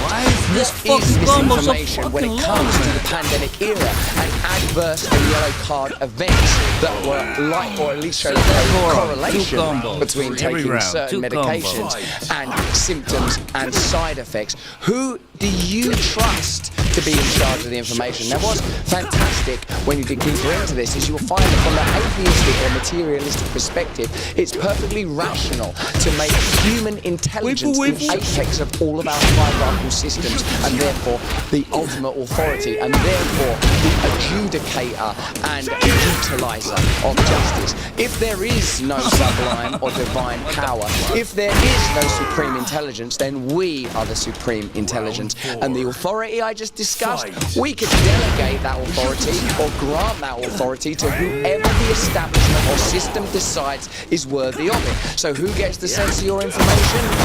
The government will tell you who's going to censor your information. Who tells you whether or not a medicine is safe? The government will decide whether or not a medicine is safe. Who decides whether or not there should be a war or shouldn't be a war, or whether a war should be escalated? The government will tell you.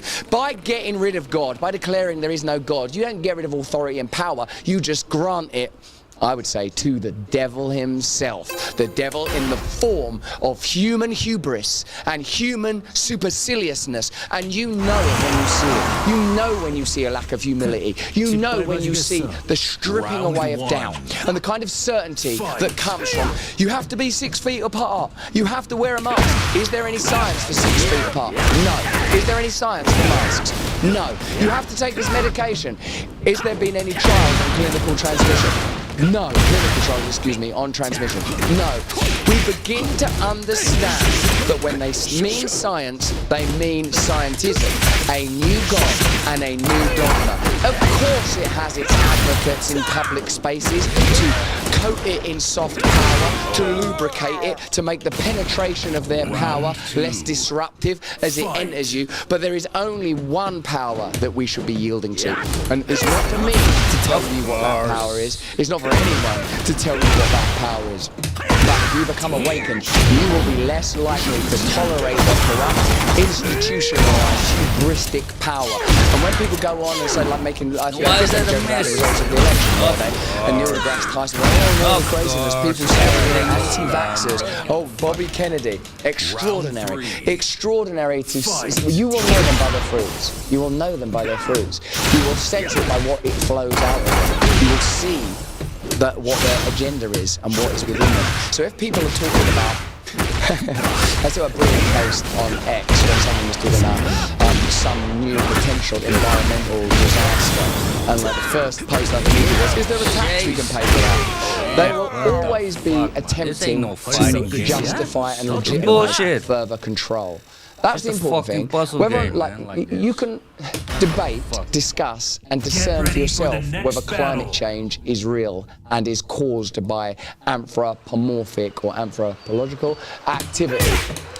You can make that decision for yourself. But one thing to look at is, are the measures suggested punitive towards large corporations, nations, and powerful institutions, or do they grant further authority to governments to legitimately exert further taxes or measures of social control over ordinary civilians? If it is the latter, you know that was the agenda. And we are going to be talking about martial law a little later in the show. Let me know in the comments and the chat what you think about that Neil deGrasse Tyson moment there and the way that it was covered. If you're watching this anywhere other than Rumble, then, you know, get off that platform and get onto Rumble, because we can speak freely here, as has been demonstrated by the New York Times Chris Pavlovsky story.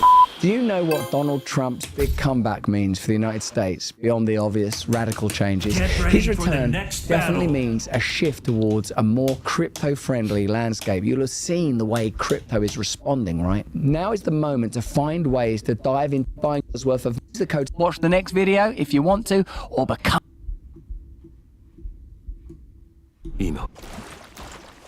J'espère que tu n'es pas un de ces incompétents à l'esprit limité. What's up, space pirates? This is your admiral, the certifiably suave Dr. Disaster, and I am struggling to get to the topic that I want to cover in this video today without laughing. Ubisoft may have outdone themselves with a supposedly leaked skin for Assassin's Creed Shadows featuring Yosuke, the infamous supposed black samurai, where he wears an outfit so stupid that I dare you to try not to laugh at it. You're on.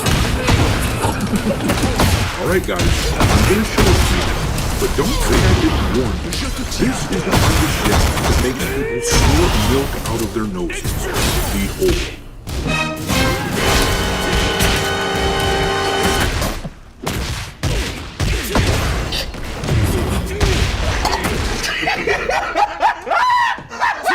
So you know that for the white saviors over there at Ubisoft, the main reason that they included Yosuke into the Assassin's Creed Shadows game was to make sure that black fellas being included. Those saviors at Ubisoft felt like they needed to swoop in and make sure that black dudes were represented.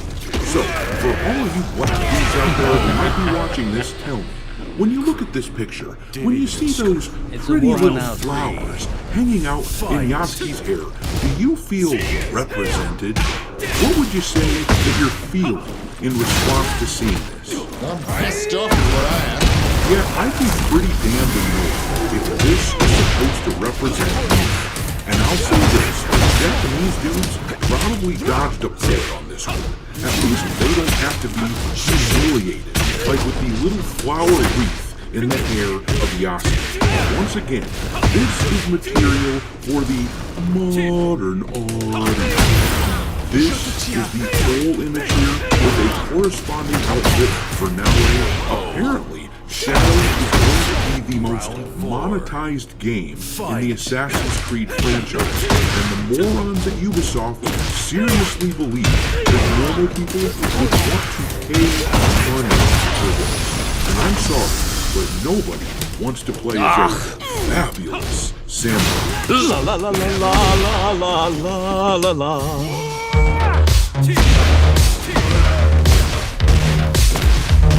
Fucking combos take too fucking long, man. Jesus, why does it fucking long?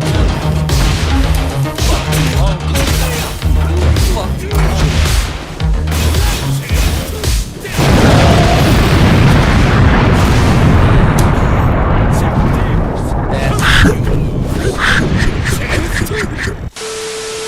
But alright, let's talk about this Assassin's Creed Shadow skin that apparently just leaked, and what it means for Ubisoft and for the entirety of the Assassin's Creed franchise. The word is that the team at Ubisoft, after the major anti-woke backlash that they have experienced this year, they are working hard to scrub all of this crap from the internet, to remove these skins from the game, and to replace them with something else. In fact, I'm hearing rumors that doing this, that removing all this horrible shit that most people would absolutely laugh at, things like this skin, I'm hearing rumors that this is the biggest reason as to why they decided to push the game back from November to February in order to give themselves time to do this. And it's no wonder, with stupid crap like this in their games, that industry analysts are now predicting that Ubisoft will not survive 2025, at least not as it is. Something is going to change. As we discussed yesterday, it sounds like Tekken is going to buy the company. The only thing really holding it up is the fact that the current CEO and his family believe they're going to convince the people at Tencent to let them continue running the show. Bullshit This news that leaked today is just one more reason why I highly doubt that it's going to happen. I mean, ask yourself this. If you were buying a company like Ubisoft, something that's falling apart with very poor customer relations and pitiful sales numbers, especially considering the amount of money pumped into these projects, you saw shit like Yasuke with flowers in his hair, would you permit the people who are okay with this crap to continue making decisions when it's your money, your ass on the line? And considering the fact that Tencent already has a stake in the company, clearly they don't like it, which is why they're planning the buyout in the first place.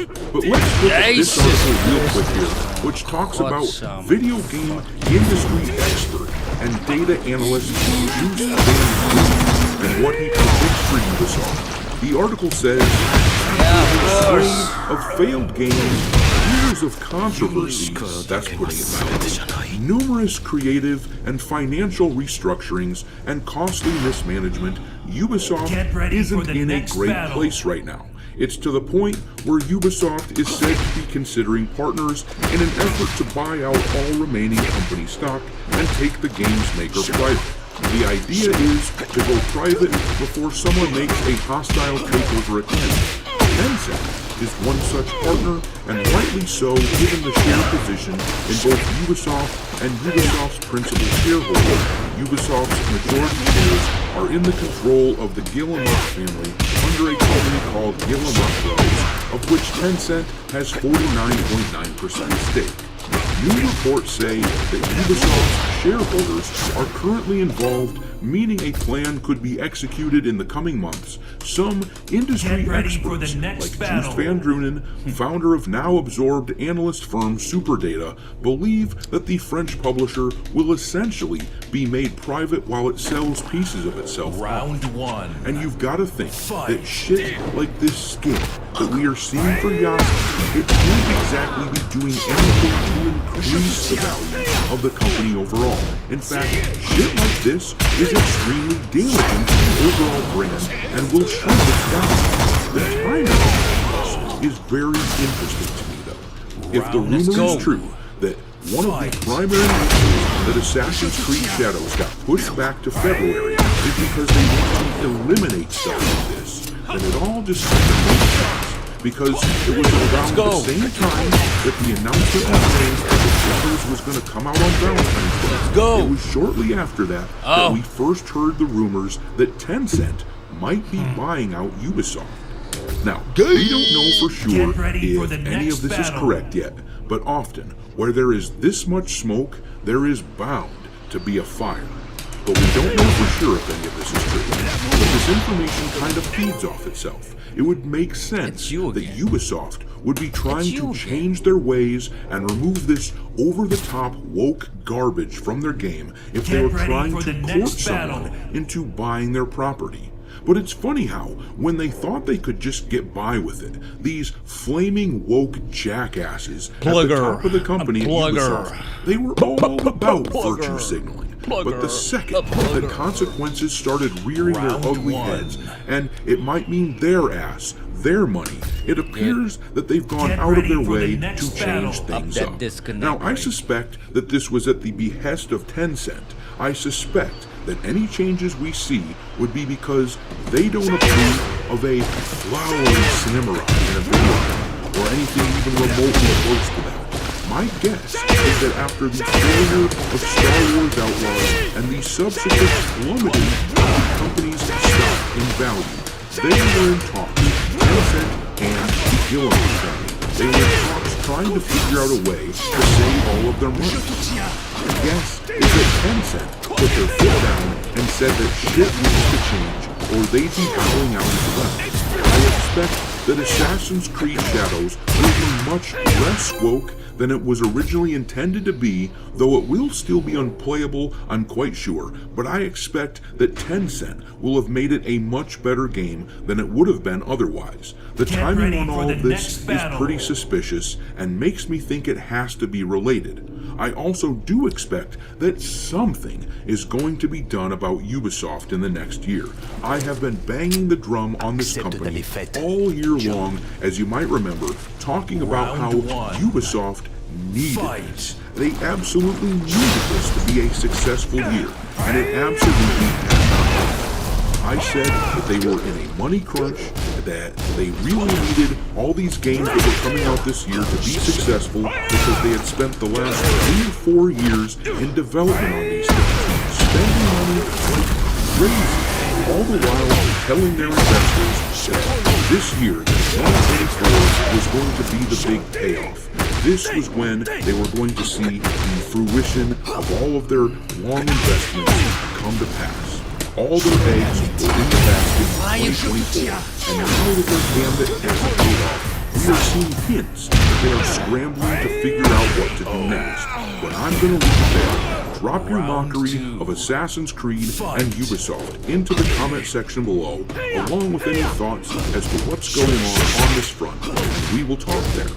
Thanks for watching, hearties. If you haven't already, your Admiral is inviting you to subscribe to the channel and become a part of the crew. Life as a space pirate may not be glamorous, but there's always plenty of booze. Round 3. Fight!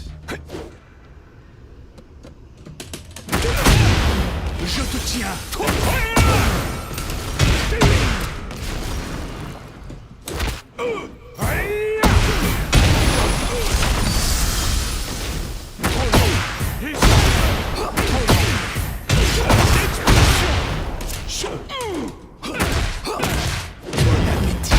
Ja, bij jou wel, hè? Stupid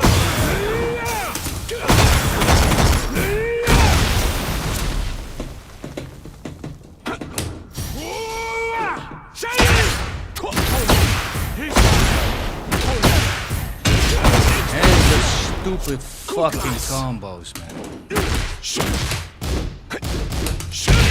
Endless stupid fucking combos. You lose. Quel incroyable combat. Au fait, puis-je t'envoyer la facture du nettoyage?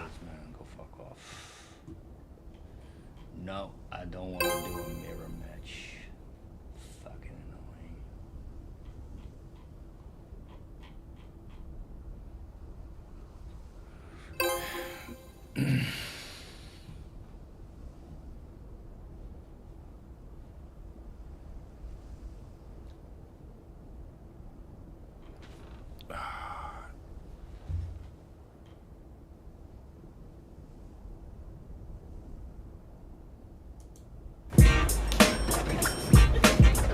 Man, Bloomberg is up. Man, Carter is up. Damn. Truman is up. Man, Lincoln is up. White folks in general is up. Shh, they're coming. Man, the Chiefs up. Hey, y'all, look. It's a boat with some white people on it. Y'all wait here. I'm gonna see what they want. Man, I up.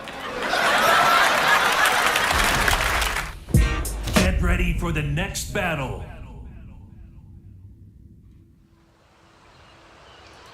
Y2K is a smash hit. Oh. We're actually going to this New Year's thing. It's going to be a total show. 44% all critics, 37% top critics, and that score's just the amount of people that think it's above average. And this really surprises me with the top quality talent they chose for the movie. Someone's on the net. And the movie just had some really strange interviews. Now, I understand Rachel Zegler, born in 2001, she wasn't even around for the millennium. Probably partly excuses the insanity, as she's never been around to witness civilization. And yet, despite this, you would expect somebody to know, or understand, that the time period existed. What did y'all know about Y2K growing up? I feel like it had mostly been used to describe a certain aesthetic. Once you notice things like this, you can't unsee it. It is peak unable to abstract. Well, I wasn't around for the 90s, therefore I just didn't think it existed. I feel like it was more used as an adjective to describe things. Like, oh, that's a super Y2K outfit. The only way she can perceive or comprehend the 90s existing as a time is via dresses that she's seen in her own personal life. So like clothing, music, era of films, era of time. So the movie probably doesn't even make sense to the crew of the movie. This is going to be a problem. You want to make a comedy movie and tell jokes that you don't even get yourself? I don't see how that's going to work, and it didn't. There are no Y2K experts. No one knows exactly what, if anything, will happen. In fact, it achieves the award of one of A24's lowest scores ever. But it's still fresh. No, it isn't. In fact, it was described as like an algorithm that's become corrupted, or that if there was a millennium virus, it infected the entire production, and this mess is the result. Break that. Y2K. Having Rachel Zegler face a homicidal Tamagotchi, something that she probably didn't even know what it was. Yeah, it's this electronic toy where your pet poos itself to death. Yeah, like in Portland. Or how the movie thinks it's funny to just collect references to tech. That's been bizarre. Makes his directorial debut by diving headfirst into the nostalgia shallow end. Now, one of the things about nostalgia is it's supposed to be you reminiscing about a better time, which it was. But part of it, when you believe that, is making it more authentic. You'd have to make a movie which was of a better time. And this has Rachel Zegler, a product of a very modern age, a privileged class that just can't comprehend the glory of what it was like to live under the patriarchy. It's 1999, and we getting broke. Obviously, I jest. This was 1999, not 1899. We'd have to go back a lot further to make me nostalgic. But when you're trying to sell your movie with interviews about doing a romantic porta potty scene, I can't help thinking, this wasn't made for me. Although I do think this movie was made for Rachel Zegler. Her movies are always full of crap. And I totally get why Rachel Zegler wasn't into it, the romantic porta potty scene. I understand why she wasn't in the loo going, this is my kind of thing. What? I need to get one of these for my own house. Like, seriously. To clarify, it was mostly chocolate. I'm so glad you clarified that, mate. I was getting scared. I know it was a low-budget movie, but I didn't expect that much recycling. Thank you very much. And they kind of set this porta potty up on hydraulics, and then were just shaking us around. It was a pretty good time. You need a hobby, mate. The director jumped in and said, yeah, I don't like throwing people under the bus, but I feel like Rachel really did not enjoy it. I think there are only 2 takes, ultimately, of the interior porta potty. That makes it sound like she was unable to act how she was supposed to in the scene, and he's like, oh, we should probably cut most of that out. I mean, face like a slapped arse. All of Andrew's scenes could get cut. Who knows? It's Hollywood, baby. Well, I'm happy that Martel had fun shooting the porta potty scene. I get why Zegler would not be having the same reaction to shooting. Yes, because he's fun. Probably the kind of person you're meant to have in a comedy movie. She's Rachel Zegler. Oh, Rachel wasn't entertaining and happy. Can you believe it? I'm a white Latina. I hold a lot of privilege. It falls on my shoulders to open up the doors for the people who, or they're disenfranchised. I can't believe she wasn't the life and soul of the comedy. I always like the theories of comedy, and one is that to be funny, you actually have to hate the world. And the funnier you are, the more you despise the world. If you are Rachel, having been given everything on a silver platter your entire life, just for being the category you are, probably not the best comedian. I hold a lot of privilege. Check out this dream, amazingly nostalgic popcorn bucket. You want to know what a nostalgic popcorn bucket is? It's a popcorn bucket. Having themed popcorn buckets is a new thing. They made a hilarious joke. You better not have hyped this up much, you've raised my standards. A CRT popcorn bucket isn't nostalgic because it didn't exist. Nobody did that to a CRT monitor. Also, I don't think you could get away with this without getting copyright infringement. That might be why Y2K is bombing at the box office. It crazy.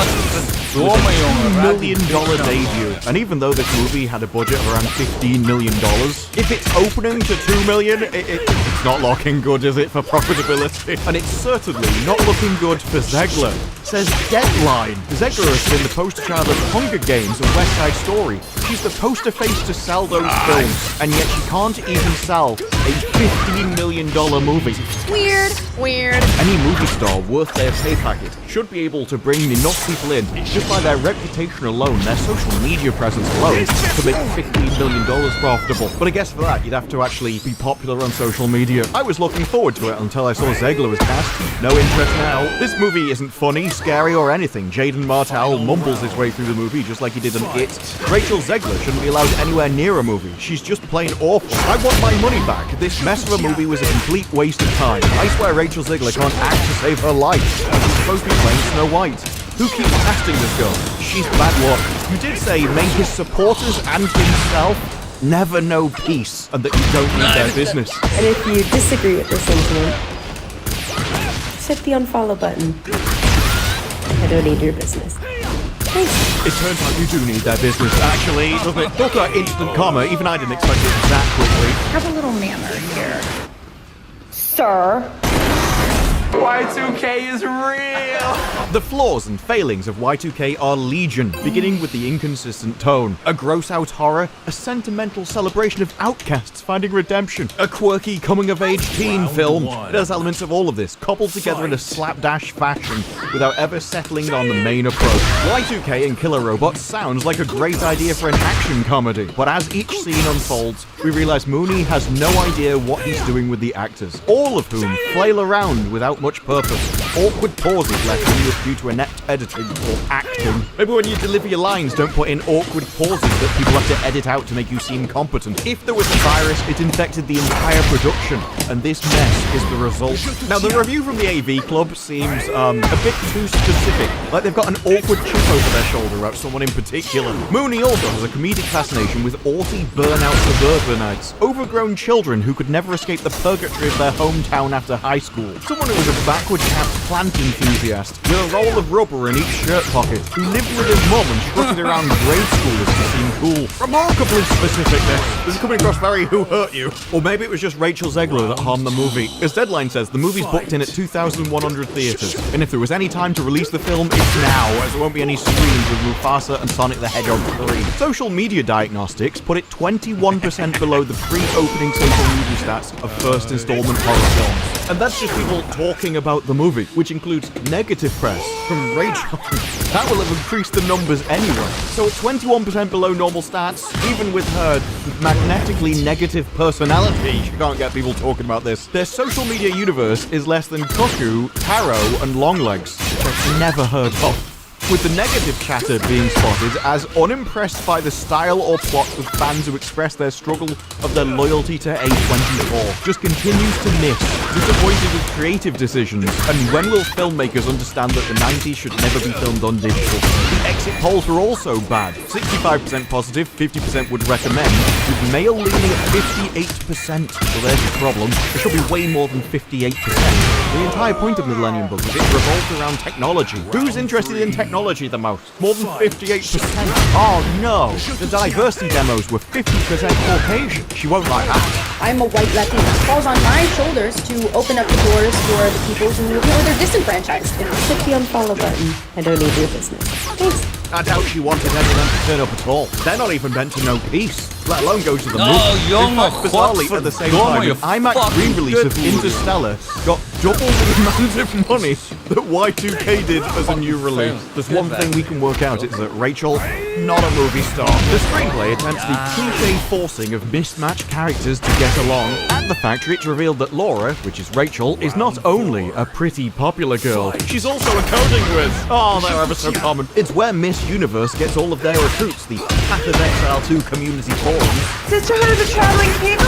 There's a reason why Dwarf Fortress was made by a load of blokes and not a Miss Universe contestant. But no, it turns out that Rachel is the key to saving the world. We've got to hack the mainframe of the AI, who are determined to assimilate all of the humans into mindless servants. Oh no. It's the patriarchy. Y2K feels 24's late and book short. It's like no one bothered with Y2K movies because the premise was already dated. Mooney doesn't know where to draw the line between satire and sentimentality. Lackadaisical dags about dial-up noises, aim chats and rap rock. It's banking on these things to carry the film rather than enjoyable jokes or characters.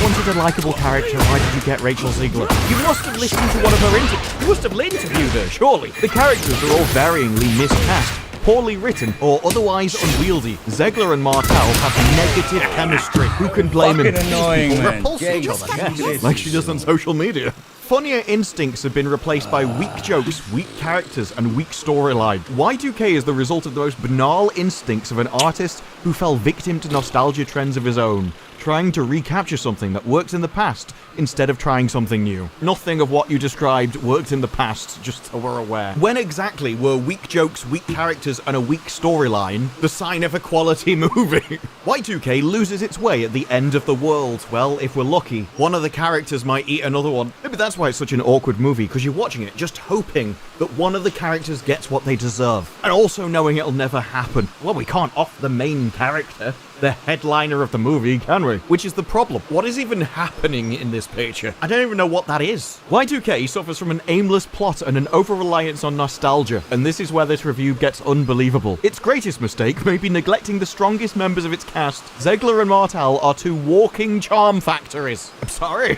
Do you speak the language? Does it matter? Does it matter? Do you eat the food? Does it matter? All of the people were angry. Like, those people. very. And that's one of the things. There's very mixed opinions about this show, and I'm kind of like, well, I don't know whether it's taste or lying, but Dennison is woefully underused. Compared to Screen Rant, Dennison is the highlight of the sci-fi horror comedy. Jokes become repetitive, and no emotional anchor to hold the film down. And character development largely goes out the window as well. Ziegler makes the most of what she gets, which isn't a lot. Her character is underbaked at best, and by the time she's firing on all cylinders, it's too little too late for any meaningful development. Y2K will find an audience, but it's not going to be memorable. Some gullible prats will pay to watch it, and then entirely forget it the moment they leave the cinema. It's almost like you know what you're going to get with this movie, and you're disappointed the moment you do. And as ever, we get the fresh reviews, which are also just more negative. Y2K has more pop culture quips than actual meaning. Fresh. I'd love to know how they mark them up and down. That's only got a 5 out of 10. An attempt at comedy that's a genuine disaster. Y2K wasn't a disaster, but this comedy is.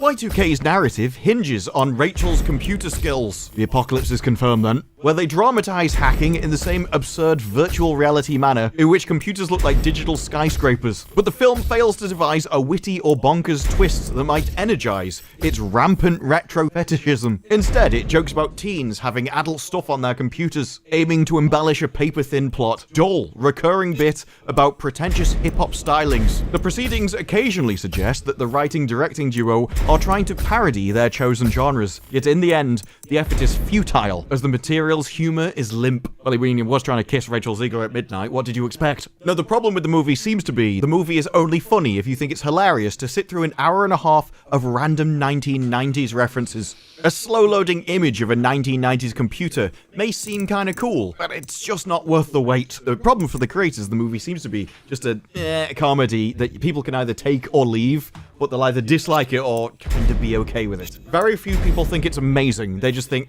it's about average. So with that, you rely on the cast and crew to get people into the movie. They relied on the poster girl, Rachel Ziegler, being well known enough from all of her hit movies, of which she probably got paid a decent chunk to do this movie as well. And it's her name that they're using to get people through the doors. Oh, Rachel Ziegler's in it. I remember being in the 90s and going through that. I'll go and see it. Whether they were disappointed or not at the end doesn't really matter so much, as once you've got them through the doors, you've got their money anyway. I doubt they ever intended to make a sequel where that effect really would have shown itself. But the problem seems to be, well, apart from Rachel's acting, which wasn't very well reviewed in this is one-off, if not her first movie, where they didn't turn it into a musical for her. But it's more the fact that their marketing seemed to rely on getting her into the movie, her to be the one that got all the social media buzz going for it, and it just didn't. Even when they include positive and negative sentiments, they're still not interested. A budget movie of $15 million has to be very careful where they spend every cent. And if they're paying someone like Rachel Ziegler a premium to be in the movie, then you better make sure you choose the right name actor. Because I don't just think that Rachel Ziegler didn't help